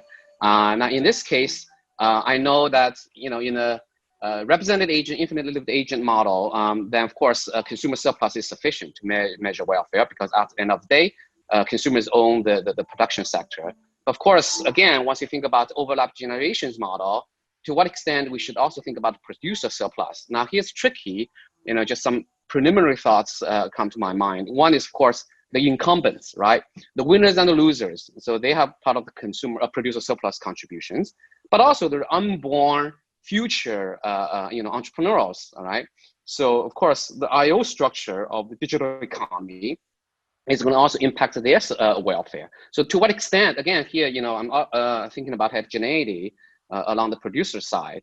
So to what extent, how would we even think about this whole aggregation, both across generations and between consumers, producers, in the highly incomplete markets where innovation is the constant driving force. I have some other related thoughts, but in the interest of time, let me just stop here, and I look forward to your thoughts. Thanks, Ned. This is perhaps a good time, actually. Let's go back to, after Feng and Nen's question, go back to the speakers. Erik, you want to respond first? Sure. Well, a couple of really interesting, useful comments. First, I'm quickly touching on Feng Zhu's point about advertising. He's absolutely right. The issue is much more complex. I didn't have time to go into it, but many of the revenues and benefits from these goods are captured in two-party or multi-sided networks, and so they show up somewhere else in the economy. Now, many other ones, of course, are not advertising driven at all, Wikipedia or many other free goods, but let's just take a look at the advertising driven ones. The thing to bear in mind is that advertising is an intermediate good, so it actually does not contribute to GDP. It adds to one side, subtracts to the other side. So it's not going to if you add more advertising to a first approximation, it doesn't increase GDP. Another perhaps more fundamental subtle point is, as I briefly mentioned earlier, Mike Spence and Bruce Owen did this terrific paper, not as widely cited as many of his other papers, but it should be read, showing that advertising is not a good proxy. The advertising revenue is not a good proxy for consumer benefit. And it partly reflects the fact that a different party is paying for it. They're paying for eyeballs. They don't care how much you like that content. They just care whether you show up at all. And so content that's more valuable doesn't contribute more to eyeballs than content that's less valuable, as long as it meets some minimum threshold. And they describe this in more detail. But the short answer is that advertising is not going to be a good proxy for consumer welfare. And we can go into it in more detail in the paper. Neng Wang's paper comment also, let me just quickly touch on his 2 points, which were also very important. The first one about consumer heterogeneity.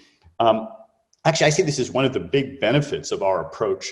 I showed you those downward sloping demand curves, and you may have noticed there were points all along those. I only reported the median values, but our approach allows us to estimate how many people have a value of $200, $100, $5, $0. And one thing I've realized in some of these discussions is that we should start putting negative values as well because of addiction. There may be some people who actually would pay to be blocked from having access to some of these goods like cigarettes or perhaps Facebook. And we actually have values for all those different people, and I showed it on one slide.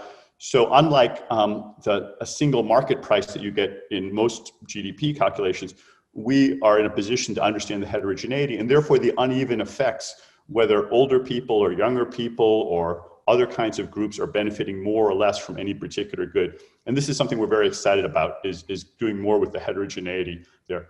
And finally, on the point about future generations and the overlapping generations models, we have actually done a little bit of work on that. The J-curve paper that I mentioned is coming out in the AEJ macro this month, where we incorporate intangibles into a growth accounting framework. And indeed, traditional measures of productivity and GDP are inaccurate, sometimes significantly inaccurate by a few percent by not accounting for intangibles. And the essence of it, the intuition of it, we do it all mathematically, the intuition of it is that when you invest in creating intangibles, you're actually creating an asset that's very valuable. It's like building houses or building factories. But intangible assets generally are not counted as part of GDP. So you're investing in creating this output that is invisible. And then later, when you benefit from these assets, you get output that seems to come from nowhere and leads to seemingly very high multi-factor productivity or total factor productivity. In reality, I think a better way of thinking about it is not that TFP starts soaring, but that we are now getting the benefits of these assets we built up before. If you do the accounting the way we described in the AJ macro paper, it accounts for these different generations, and there's an intergenerational shift of output depending on when those intangibles are invested in, created. Interestingly, as long as you have a steady state investment in intangibles, there's no bias whatsoever. This problem only occurs when you have a surge in investment or a drawdown. And I believe that currently we are doing significant investment in complementary investments for AI and other general purpose technologies. Let me just stop there. Thanks, Erik. Ben Homshaw.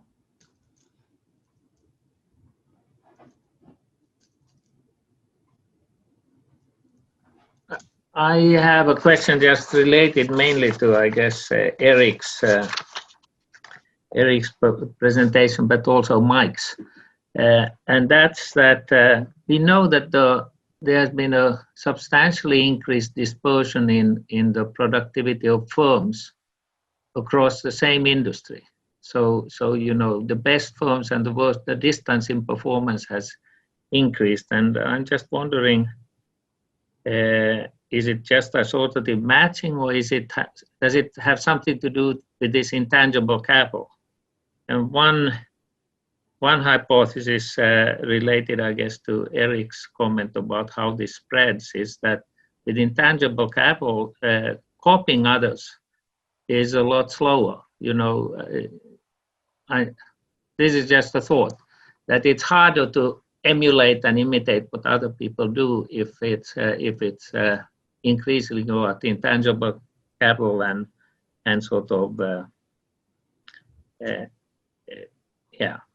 So do you, Erik, have you seen any work trying to connect this productivity issue with this dispersion within industries? Not doing it the way that you suggest, which I think would be great work. Paul Milgram and I have discussed this a little bit, and the difficulty of, especially not just intangibles, but when there are complicated complementary components. Many of these systems have thousands of business process innovations. You go visit a factory in Dell, and it's not like they just a Dell factory for computers. They don't just have one simple innovation that you can walk and copy. They have dozens or hundreds of intangible innovations. And if you copy some of them, but not others, you may actually be worse off. It's like having half of the components of a Swiss watch. You won't have a functioning timepiece unless you have everything exactly right. And that leads to exactly what you're saying, Bengt, that it can be very difficult to copy. I visited one factory where they painted the windows black to kind of slow down people from looking in and seeing how they were running their operations. And so one of the great ironies, I think, of the information age and this digital age is that in some ways we can transmit information much more easily, as we're doing in this conference right here. But in other ways, the importance of intangibles makes it harder to share information. I think that's part of the story. The other part of the story that I think is important, and many other people have pointed this out, is the winner-take-all or superstar phenomena. When you have high fixed costs and low marginal costs, or on the demand side, when you have demand-side economies of scale with network effects, these tend to lead to winner-take-all markets. So you have one dominant social network in the United States, a dominant search engine, a dominant player in many other digital categories that lead to a lot more dispersion as well. And if you are wise or lucky enough to be able to win that race, you're in a position to get 100% or more of the industry profits. I was looking at some data recently that Apple had, for a period, over 100% of the profits in the smartphone market. So they were the winner in that category. So I think it's both of those phenomena, and there's others. It's something I'd love to see more research on, because it does seem that the economy is becoming much more uneven, both among companies, as you point out, and also among individuals. Great, thanks. Time goes by very quickly, so we already reached our allocated time. Perhaps we can use a few more minutes for each of our speakers to say a few last words, maybe 1 or 2 minutes each. Let me see. Maybe Bob Gordon, do you want to speak?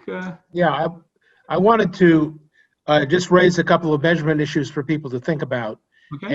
and we don't have time to resolve them here. I was very struck at many things that Erik said. One of them was his showing us the ad from 20 years ago of all the things that no longer exist because they've been incorporated into the smartphone. Think about this measurement issue. Almost all those things in Erik's advertisement were imported, many of them from Japan and from Korea. Now we have smartphones that are also imported, but the software on the smartphones is invented and developed in California.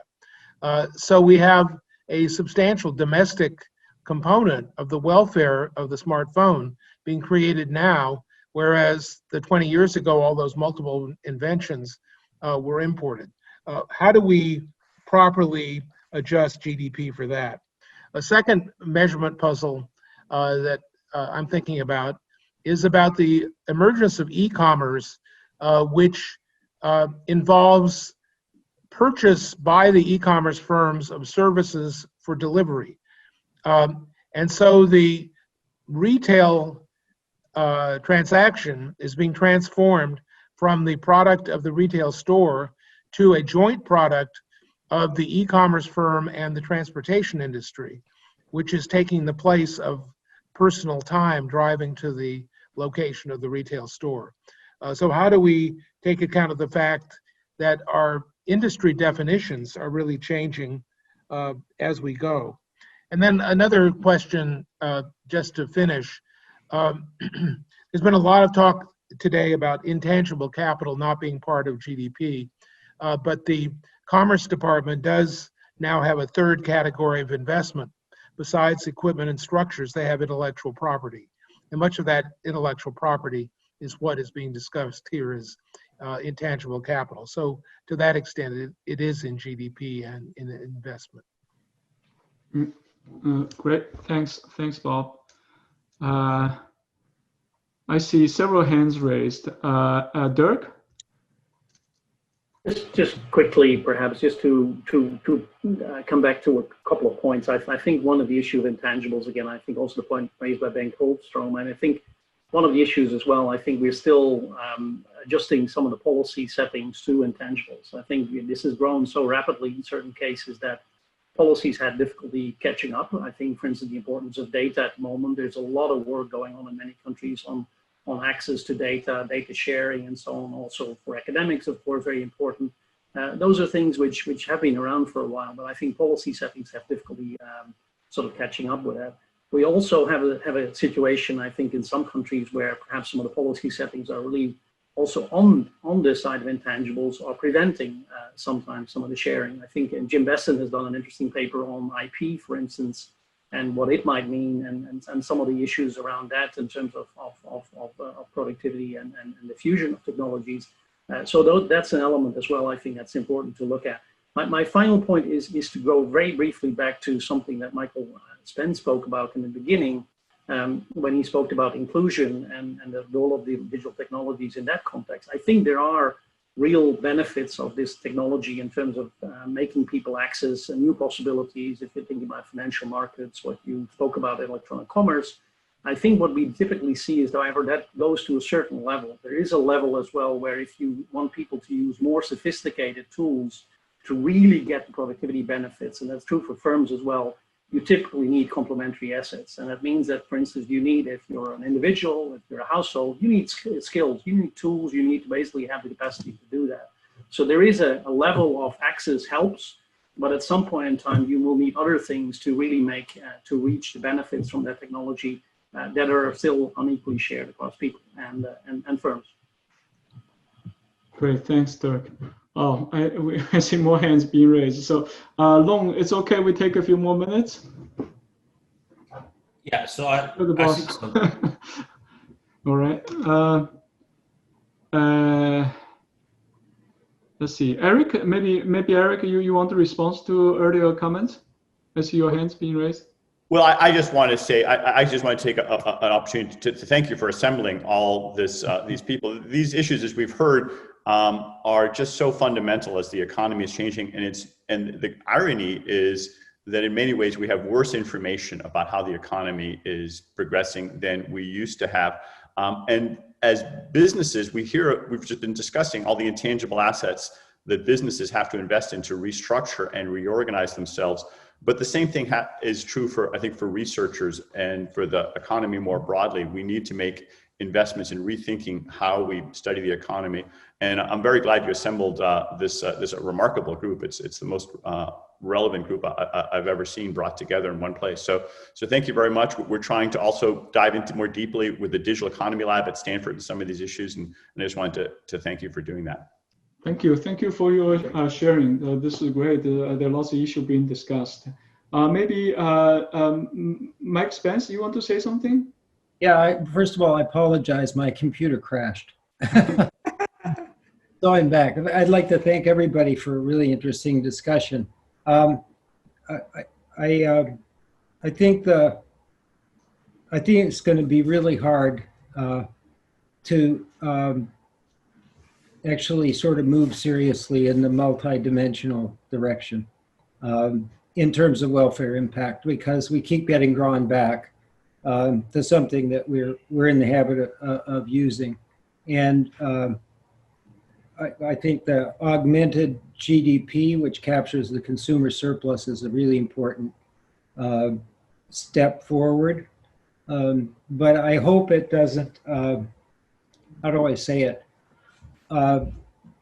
There's so many benefits that can come in multiple dimensions that people kind of care about.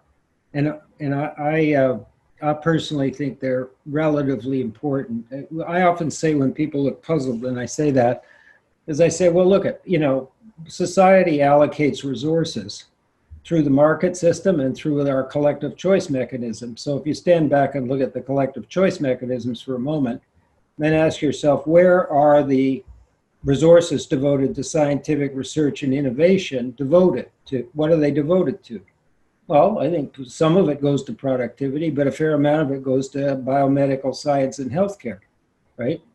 If we were only concerned about raising our incomes, admittedly, they're pretty high. If I went to a country where the per capita incomes were $2,000 and they said, that's really what we're trying to do, I would say you're doing the right thing. But I just observe that the biggest, research budget in the United States, in the federal government, is the National Institutes of Health. And is that targeted? What is it targeted at? Well, some of it's basic knowledge that we all live with and try to contribute to, but some of it's advancing the state of health of the population and a broader group of people. So that's one observation. I think it's going to be hard, but my best guess is that as I've listened to all of you, on the productivity front, my best guess is this is a lag effect, maybe compounded with some of this intangible asset measurement challenges. It would just be terribly surprising to me if we have sort of new business and economic models and it kind of never showed up eventually in productivity. But I can easily see why the lags would be long. I mean, we haven't talked a lot about labor market adjustments, although they've been referred to several times.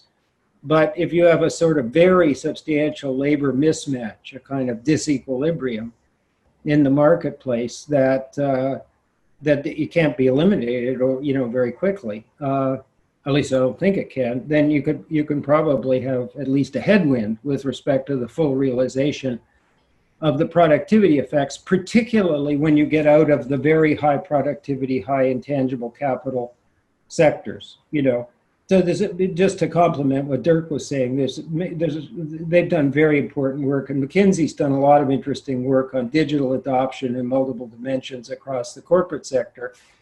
And and if you look at the various sectors, you kind of get the impression that finance and the technology sectors are pretty advanced, and you get down to the bottom and they're all red, sort of. So I think that's another, it's a different way of saying something similar, which is, when you have big changes like this, they take time, and I think I'm repeating a lot of what other people said. I hadn't thought about the value of variety, which is one of the things Long talked about. And I want to spend a little more time on that one. You know, how would you measure the value of having a wider range of choice? I mean, I guess for your poorer regions, you know, the as compared with what is not buying certain stuff, right? But if you live in Shanghai and you now have a greater variety available, I just haven't kind of. I'm going to think about it more along. Anyway, thank you all. I hope to have more chance to interact with all of you as we go forward. Thank you, Mike. So we need to wrap up soon. So I will give a last word to Long, but before that, Soumitra, can you take 1 minute? Yeah, thank you. I'll take literally 1 minute. So I wanted to echo the thanks to everyone for organizing this. And I just wanted to emphasize the inclusivity issue, which has come up multiple times. Let's not forget that, you know, 43% of the world's population still does not get connected to the internet. So when we talk about digital economy and the ultimate impact to be welfare and well-being of people, I think there's an important element of how do we make the world more inclusive and get the people more into the digital sort of side of the benefits that we're generating otherwise. So. Thank you. Okay. Long, you are the last one. Yeah, so I'm going to spend half a minute. So first point is to responding to Ben's question. Basically, so what we observe really is that so there's a lot of divergence of the performance in any industry because this is about transformation. So I think sometimes when we talk about technology, we tend to simplify it. We tend to think that they're going to use technology to improve productivity. But what we really see in reality is that it transforms the business model. Look at in any of the industry, the transformation happens really from newcomers, this or that. So it's just so much harder to integrate technology into the old business model. And that's why you're going to see a lot of painful transformation process. And I think it's not surprising at all to see a lot of divergence in any of the industries. And so that's the biggest challenge when embracing the new technology. The second point I want to say is that I'm still trying to emphasize that I think it's that coming back to this intangible assets, I think the intangible asset, because I'm still trying to emphasize, it's transforming the relation between the producers and the consumers, this or that. So that intangible asset actually belongs to this ecosystem, because it's part of the business model to make this whole thing work. A lot of that it's really the building the relation between, and it's not easily measured, but actually it is measured by, for example, the valuation of the business model, but it's not measured in other ways. So, and finally, I still want to emphasize that it's not really, I think the size of the pie is important, but really I think we probably need to think more about the quality of the pie. The way the pie functions is so much different, and it just cannot ignore it. It's not in the GDP per se. So I cannot solve the puzzle of GDP per se, but I think the other dimension is so much important. Great. Thank you, all of our speakers for sharing your insight about a very, very important problem. Of course, we cannot resolve all these problems. In fact, I think I certainly realized more questions than before I joined the session. So hopefully we can make some progress going forward in a few months. Maybe we can come back in 6 months or a year to revisit some of these questions. Maybe we will see progress. Lastly, I was told that we should take a group photo, for record. So we had this discussion. So if possible, could you turn on your camera so that the organizer can take a screenshot? That's easy. It's much easier actually than outside.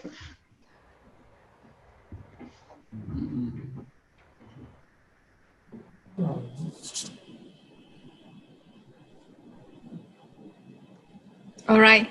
Thank you, Professor Xiong. So everybody, can you please kindly open the camera and stay still in front of the screen? All right. Ready? All right. Great. So Professor Chen, now the floor is yours now. You can continue with session 3. Great. Okay, my job is done, so I will shift the duty to Wennan. Wennan will take over the final session of our dialogue today. Okay. Can you guys hear me? Yes. Okay, so great. Thanks a lot for the exciting and insightful discussion in the previous 2 hours. So in the final session, I'm going to be the moderator. My name is Wenlan Chen, and I'm an associate professor of finance at National University of Singapore. So the final session will have a slight change of focus to discuss more on the state-of-the-art development in technology that's applied or used in industry or in practice.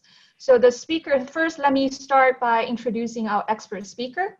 The speaker that will give us a discussion is Dr. Xiong Ding. And Dr. Xiong Ding is the CTO of AIoT Business Union at Alibaba Group. He's the expert on sensing and cognition and has been devoted to IoT and AI for over 20 years. Prior to Alibaba, he was the director and chief scientist of Huawei Sensing Solution Lab. Before that, Xiong has worked in the Silicon Valley for 15 years and working at multiple companies ranging from ST Microelectronics, Bosch, SensorTech, and Intel. And also, Xiong is currently the president of Context Computing of MEMS and Sensors Industry Group. Now, so today, we're very fortunate to have Dr. Ding to share with us on the topic of AI plus IoT, or in other words, artificial intelligence plus Internet of Things. Digitize the physical world and make sense of it. So in the talk, Dr. Ding will share insights around 3 key questions, namely, first, what is the digital world in the future? And second, what is the nature of AIoT? And third, how does AIoT schedule the man, machine, material method, and measurement in the production and consumption, and so as to greatly enhance productivity and decline cost? So before that, I had very little knowledge about this AIoT, and I had to sort of do a little bit more Google's research. And after that, I'm very excited to learn that the AIoT, which is basically artificial intelligence of things, are essentially the emergence of 2 independent technology, artificial intelligence and Internet of Things, that are going to push the boundaries of data processing and intelligent learning, and will redefine the future of industrial automation. So without further ado, let's welcome Dr. Ding to share with us the talk on AI plus IoT. Okay. Oh, by the way, sorry. So let me finally. So just the logistics. The talk is supposed to last about 15 minutes. After that, we'll have a little floor discussion. Here you go, Dr. Ding. So can you hear me? Yeah. Okay. So so thank you everyone giving me the opportunity to present, what our understanding about the digital economy. So the IoT is Internet of Things, and AI is artificial intelligence. So I will go into rolling back a little bit in last 20 years, from 1990s to the 2000 and to 2010 and all the way to 2020. So between 1999 between 2000 and 2010, this is the most widely adopted internet. It's the Yahoo and Google, and in China is Baidu, Alibaba, and Tencent. So what's that? It's the infrastructure of the PC internet is driven by cable modem and DSL, and what they are delivery of the electronic content is the information. So, and for the last 20 years, for the 2010 and all the way to 2020, and that called the mobile internet, the key infrastructure is mobile broadband and the location, the GPS location. So at the end of the 2020, end of the last decades, we finally see is a location-based service. And in US is Airbnb and Uber. In China, there is we call the TMD, Total, Meituan, and Didi. So all is trillion RMB, or $100 billion worth of the market of the company, and including Alibaba and Tencent ourselves lift ourselves from the PC internet era all the way to the mobile internet era. So we grow more than 5 times as a market size, and also access to more, almost 1 billion consumers. That's what we able to do. So then we look at it in the next decades. What is the infrastructure by 2030 or 2040? And what is the application we're driving? What's the content we'll be delivering on the internet? So the way providing our the view is, the first of all, the content will be, we will digitize the whole physical world. Instead, we digitize just the information. So the second, on the internet, we using artificial intelligence, we will try to make sense of it, and we will understand the world better. That's the title we are come from. So, and how to realize the end-to-end data insight for the every enterprise. So you have 3 data. One is business application like ERP, CRM. The second is operation data. If you see the left-hand side, then the at the end is IoT and all machines, including the camera, including temperature sensor. Then you have data ingestion, data storage, data processing, data visualization, and analysis and data visualization. And at the end of the day, so you give the insight to the decision makers. So Internet of Things of the era in the next 10 years, and we learn from the Android, learn from the Apple. The Apple and Android, what do? They actually connecting 10 billion people, 10 billion people. So we have 7.5 billion people in the planet, but we probably already sold more than 10 billion smartphones.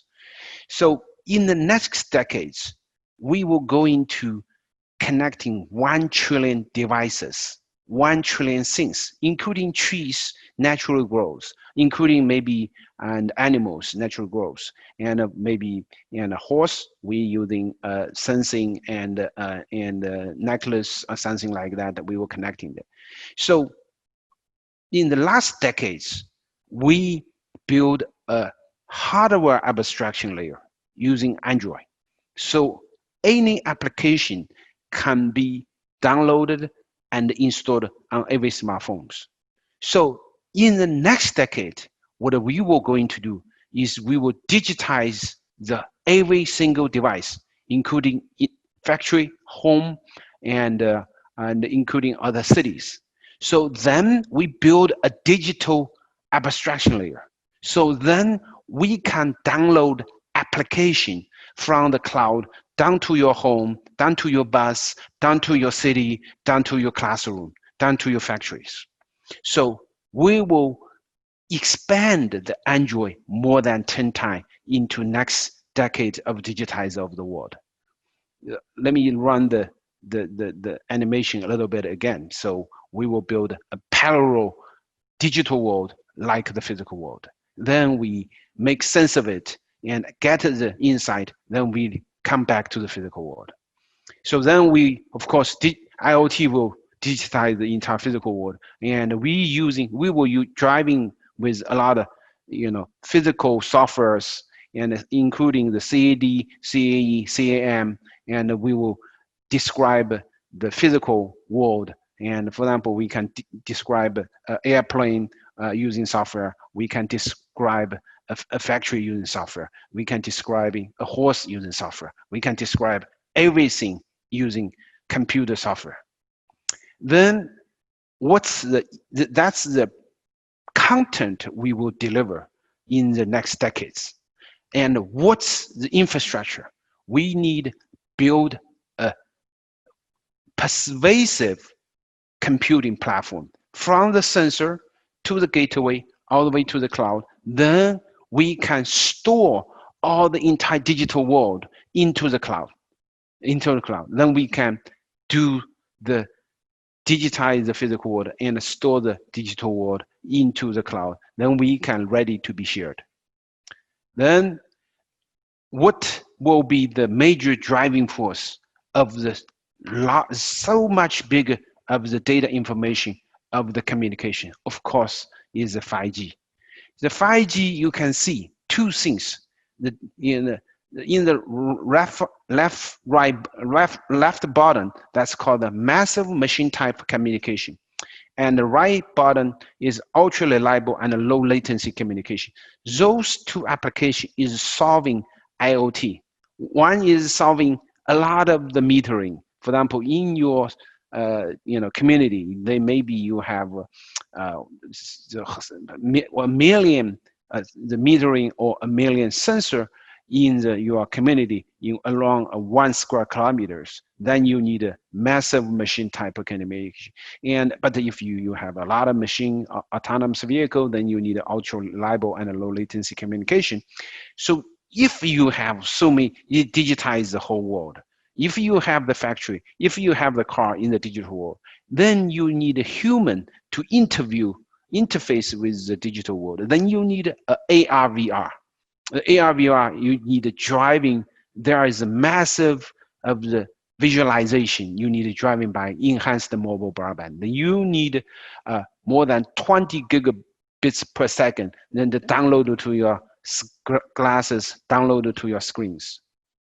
So you can see, so the 5G will be helping the IoT and also helping the user and the consumer to interact with the digital world, And the MMTC is for the high density. Then the ultra URLLC will be the driving the low latency applications. So one thing, so what we can do is I try to just give you a piece of flavor how if we want to digitize the entire world, we can digitize the entire world by a vertical sector, a vertical sector, a vertical sector. So we can, starting with digital factory. So how we digitize the factories, the one really easy things.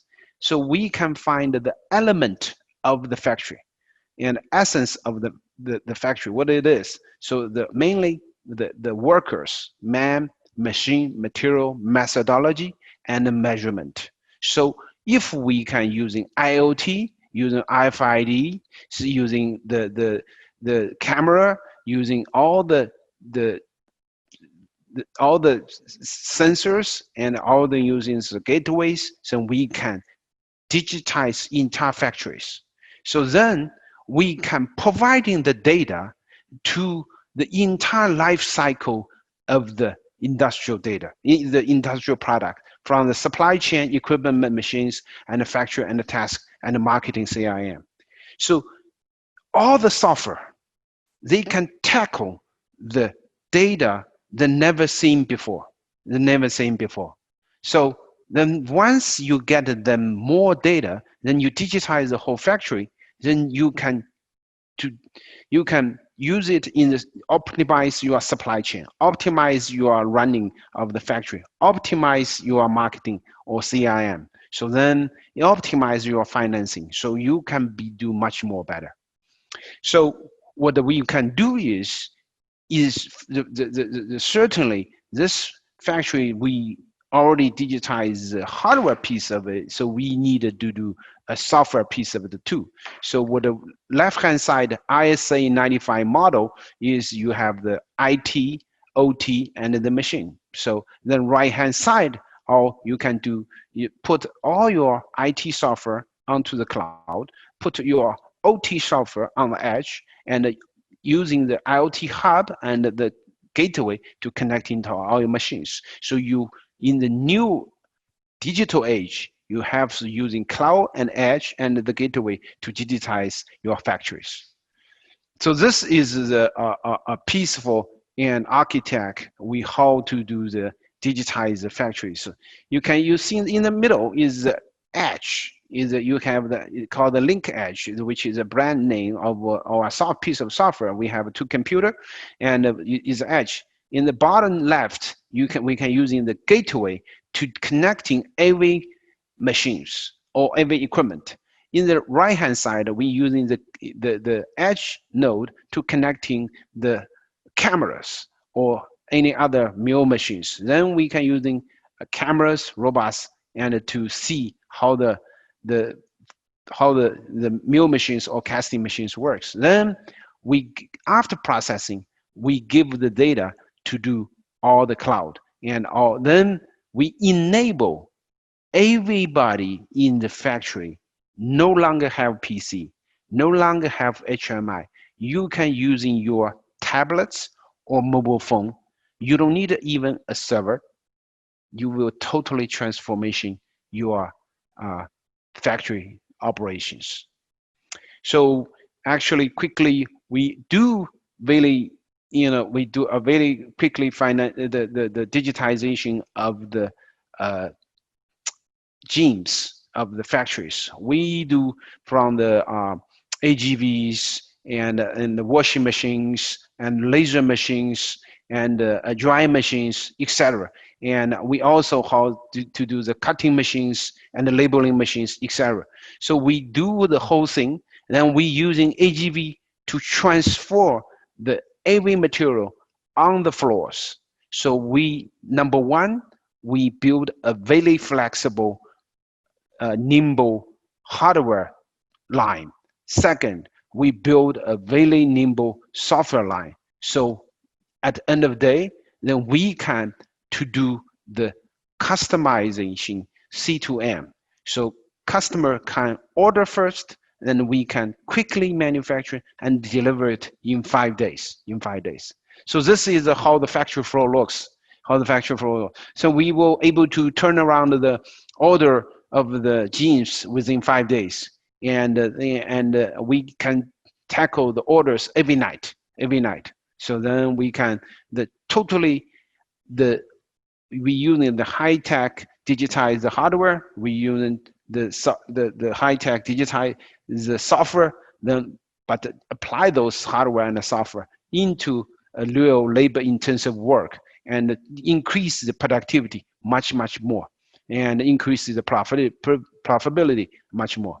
So I will quickly give you guys another really quick example in the farmers. So we were able to build a digital farmer, so we can monitoring, have the video surveillance, we can have the pest plant protection lamp, then we can have a lot of the fertilization sensors, and we also have a lot of the microclimate, etc. So and we can able to, and once we was able to monitor the entire the fertilization and watering, then we can accuracy to tune how much water, how much fertilizer we can put, we can apply down, then we can increasing a lot of the growth rates, and with much better taste, and also with environmental protections. So that's how we look at it. We are build a lot of the sensors, and we will able to cover the water, fertilization, soil, humidity, etc., carbon dioxide, etc. So we can more scientifically grow a lot of the. So right now in China, we build probably hundreds farmers, and with the digital technology, then and with those digital technologies, they can direct supply their product into the e-commerce. So, and we also using blockchain to trace where the product come from and how the food safety is. So, in summary, so we see the industry is at the beginning of the next 20 years of revolution, which is digital 4.0.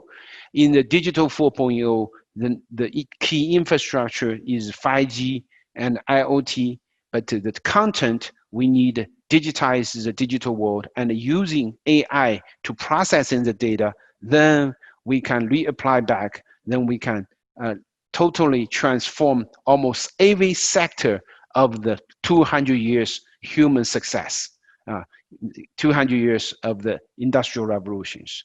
And the second, I think we need a new Moore's law to enable the digitization. So we need more sensor, we need a trillion sensor, we need a more processing power, we need a more storage, we need a more communication bandwidth, etc. So we are continual driving force of the digital tech sector itself. So at the end of the third, I think, and IoT is not only connecting hardware, but also connecting the physical world to the digital world and enable to the productivity improvement. So that's all. That's my share. Thank you. Thank you very much, Dr. Dean. So in the interest of time, we will open the floor, but given in the interest of time, we will have perhaps like invite 1 or 2 questions from the audience. So if you have any questions, please, just like before, raise your hand, and then we can have a dialogue with Dr. Dean. I think I see Fengzhu. Do you want to ask your question now? Yes, thank you, Feng from Luohan Academy. So I think this is fascinating stuff, and it will take me certainly a lot of time to learn what this IoT is all about. I have a question or comment, which is more kind of probably from an economist's point of view, probably is also a question for Erik and Mike. So basically, one of the assumptions that we're making when we talk about this IoT or digital technology in general is that this is good stuff, this is good for consumer surplus, right? But actually what happens if they also bring negative values? It may be something like, pollution or digital pollution. If I do not want to be connected to IoT, or if I do not want to be connected to certain dimensions of the IoT, so how does this affect the measurement of, say, the new economy? Because we know that actually the freedom to choose is one of the greatest virtues, say, of the market economy. And how do we take into account that the heterogeneity that people have in terms of their choices of the dimensions to get connected to the IoT, and what would be the aggregation issues that would be involved? These are a few questions that I'm thinking of.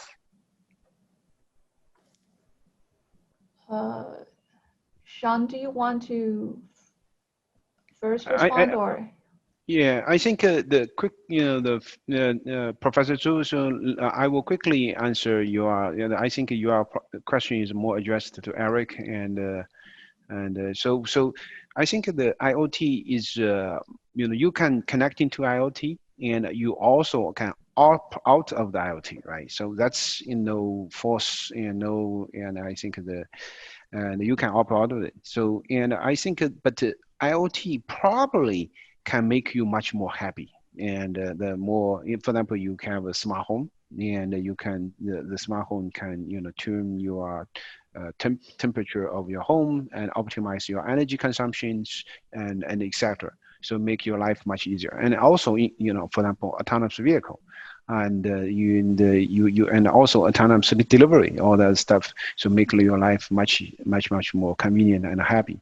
So of course, you opt to continue to stay the original ways, and probably you have less choice of food and all the other service. So that's what I will see. I think overall, my view, IoT and AI will significantly increase GDP. I will foresee in next 10 years, you create 10 company with $1 trillion market size. So we already only have 3, right? Apple, those guys. So I will forecast in the next 20 years, we will create 10 more company with $1 trillion market size. Great. Thank you. I see like Erik also wants to share. Sure, I just Erik? want to address Feng's very interesting, important question, and he's absolutely right that most of our metrics, whether it's GDP or the consumer surplus metrics that I was showing, they focus on the value to the person, and it's quite possible in many cases there are externalities, and some of them are negative externalities like pollution. There could also be positive externalities that people benefit from being able to, I don't know, share their grandchildren's photographs or something. That they and the family participates in ways that even if they weren't part of that transaction. So they can go in both directions, and a more complete measurement would seek to account for these kinds of externalities, positive and negative. It's not obvious to me that they're greater or that they're all negative, but certainly a more careful analysis should include those kinds of metrics. And as Michael Spence said at the opening, we need a suite of metrics like GDP. Sean just mentioned market cap and the value that stockholders capture, which is important, but also different from what consumers capture. The social benefits, all of these in principle can be measured better, and we have more and more tools for doing it. And it's good to have them all laid out as things to consider. Thank you, Erik. I see. Looks like we're on a good track. So in the interest of time, it's already like 12:30, either U.S. Eastern time or in the midnight and in China's time. So let me try to wrap up, and by inviting Long to give a closing speech of today's dialogue. Well, I really appreciate all the participants, and as we all know, it's already half an hour after midnight in China, in Asia. And so I think we had a wonderful discussion. I hope we can continue, and I appreciate everybody who's still staying on. And really, we hope that, because Luohan Academy belongs to the whole research community, so we really hope that everybody can chip in to make it more constructive, and we all learn from each other. So after this, I guess I would like to, if you have comments in terms how to, improve the quality of our next workshop. So we would like to have this dialogue probably every month once. So I think, and if you have comments on anything of the organization, please let us know. Drop a line also to make it improve this. Otherwise, thank you very much. So yeah, that's all for today.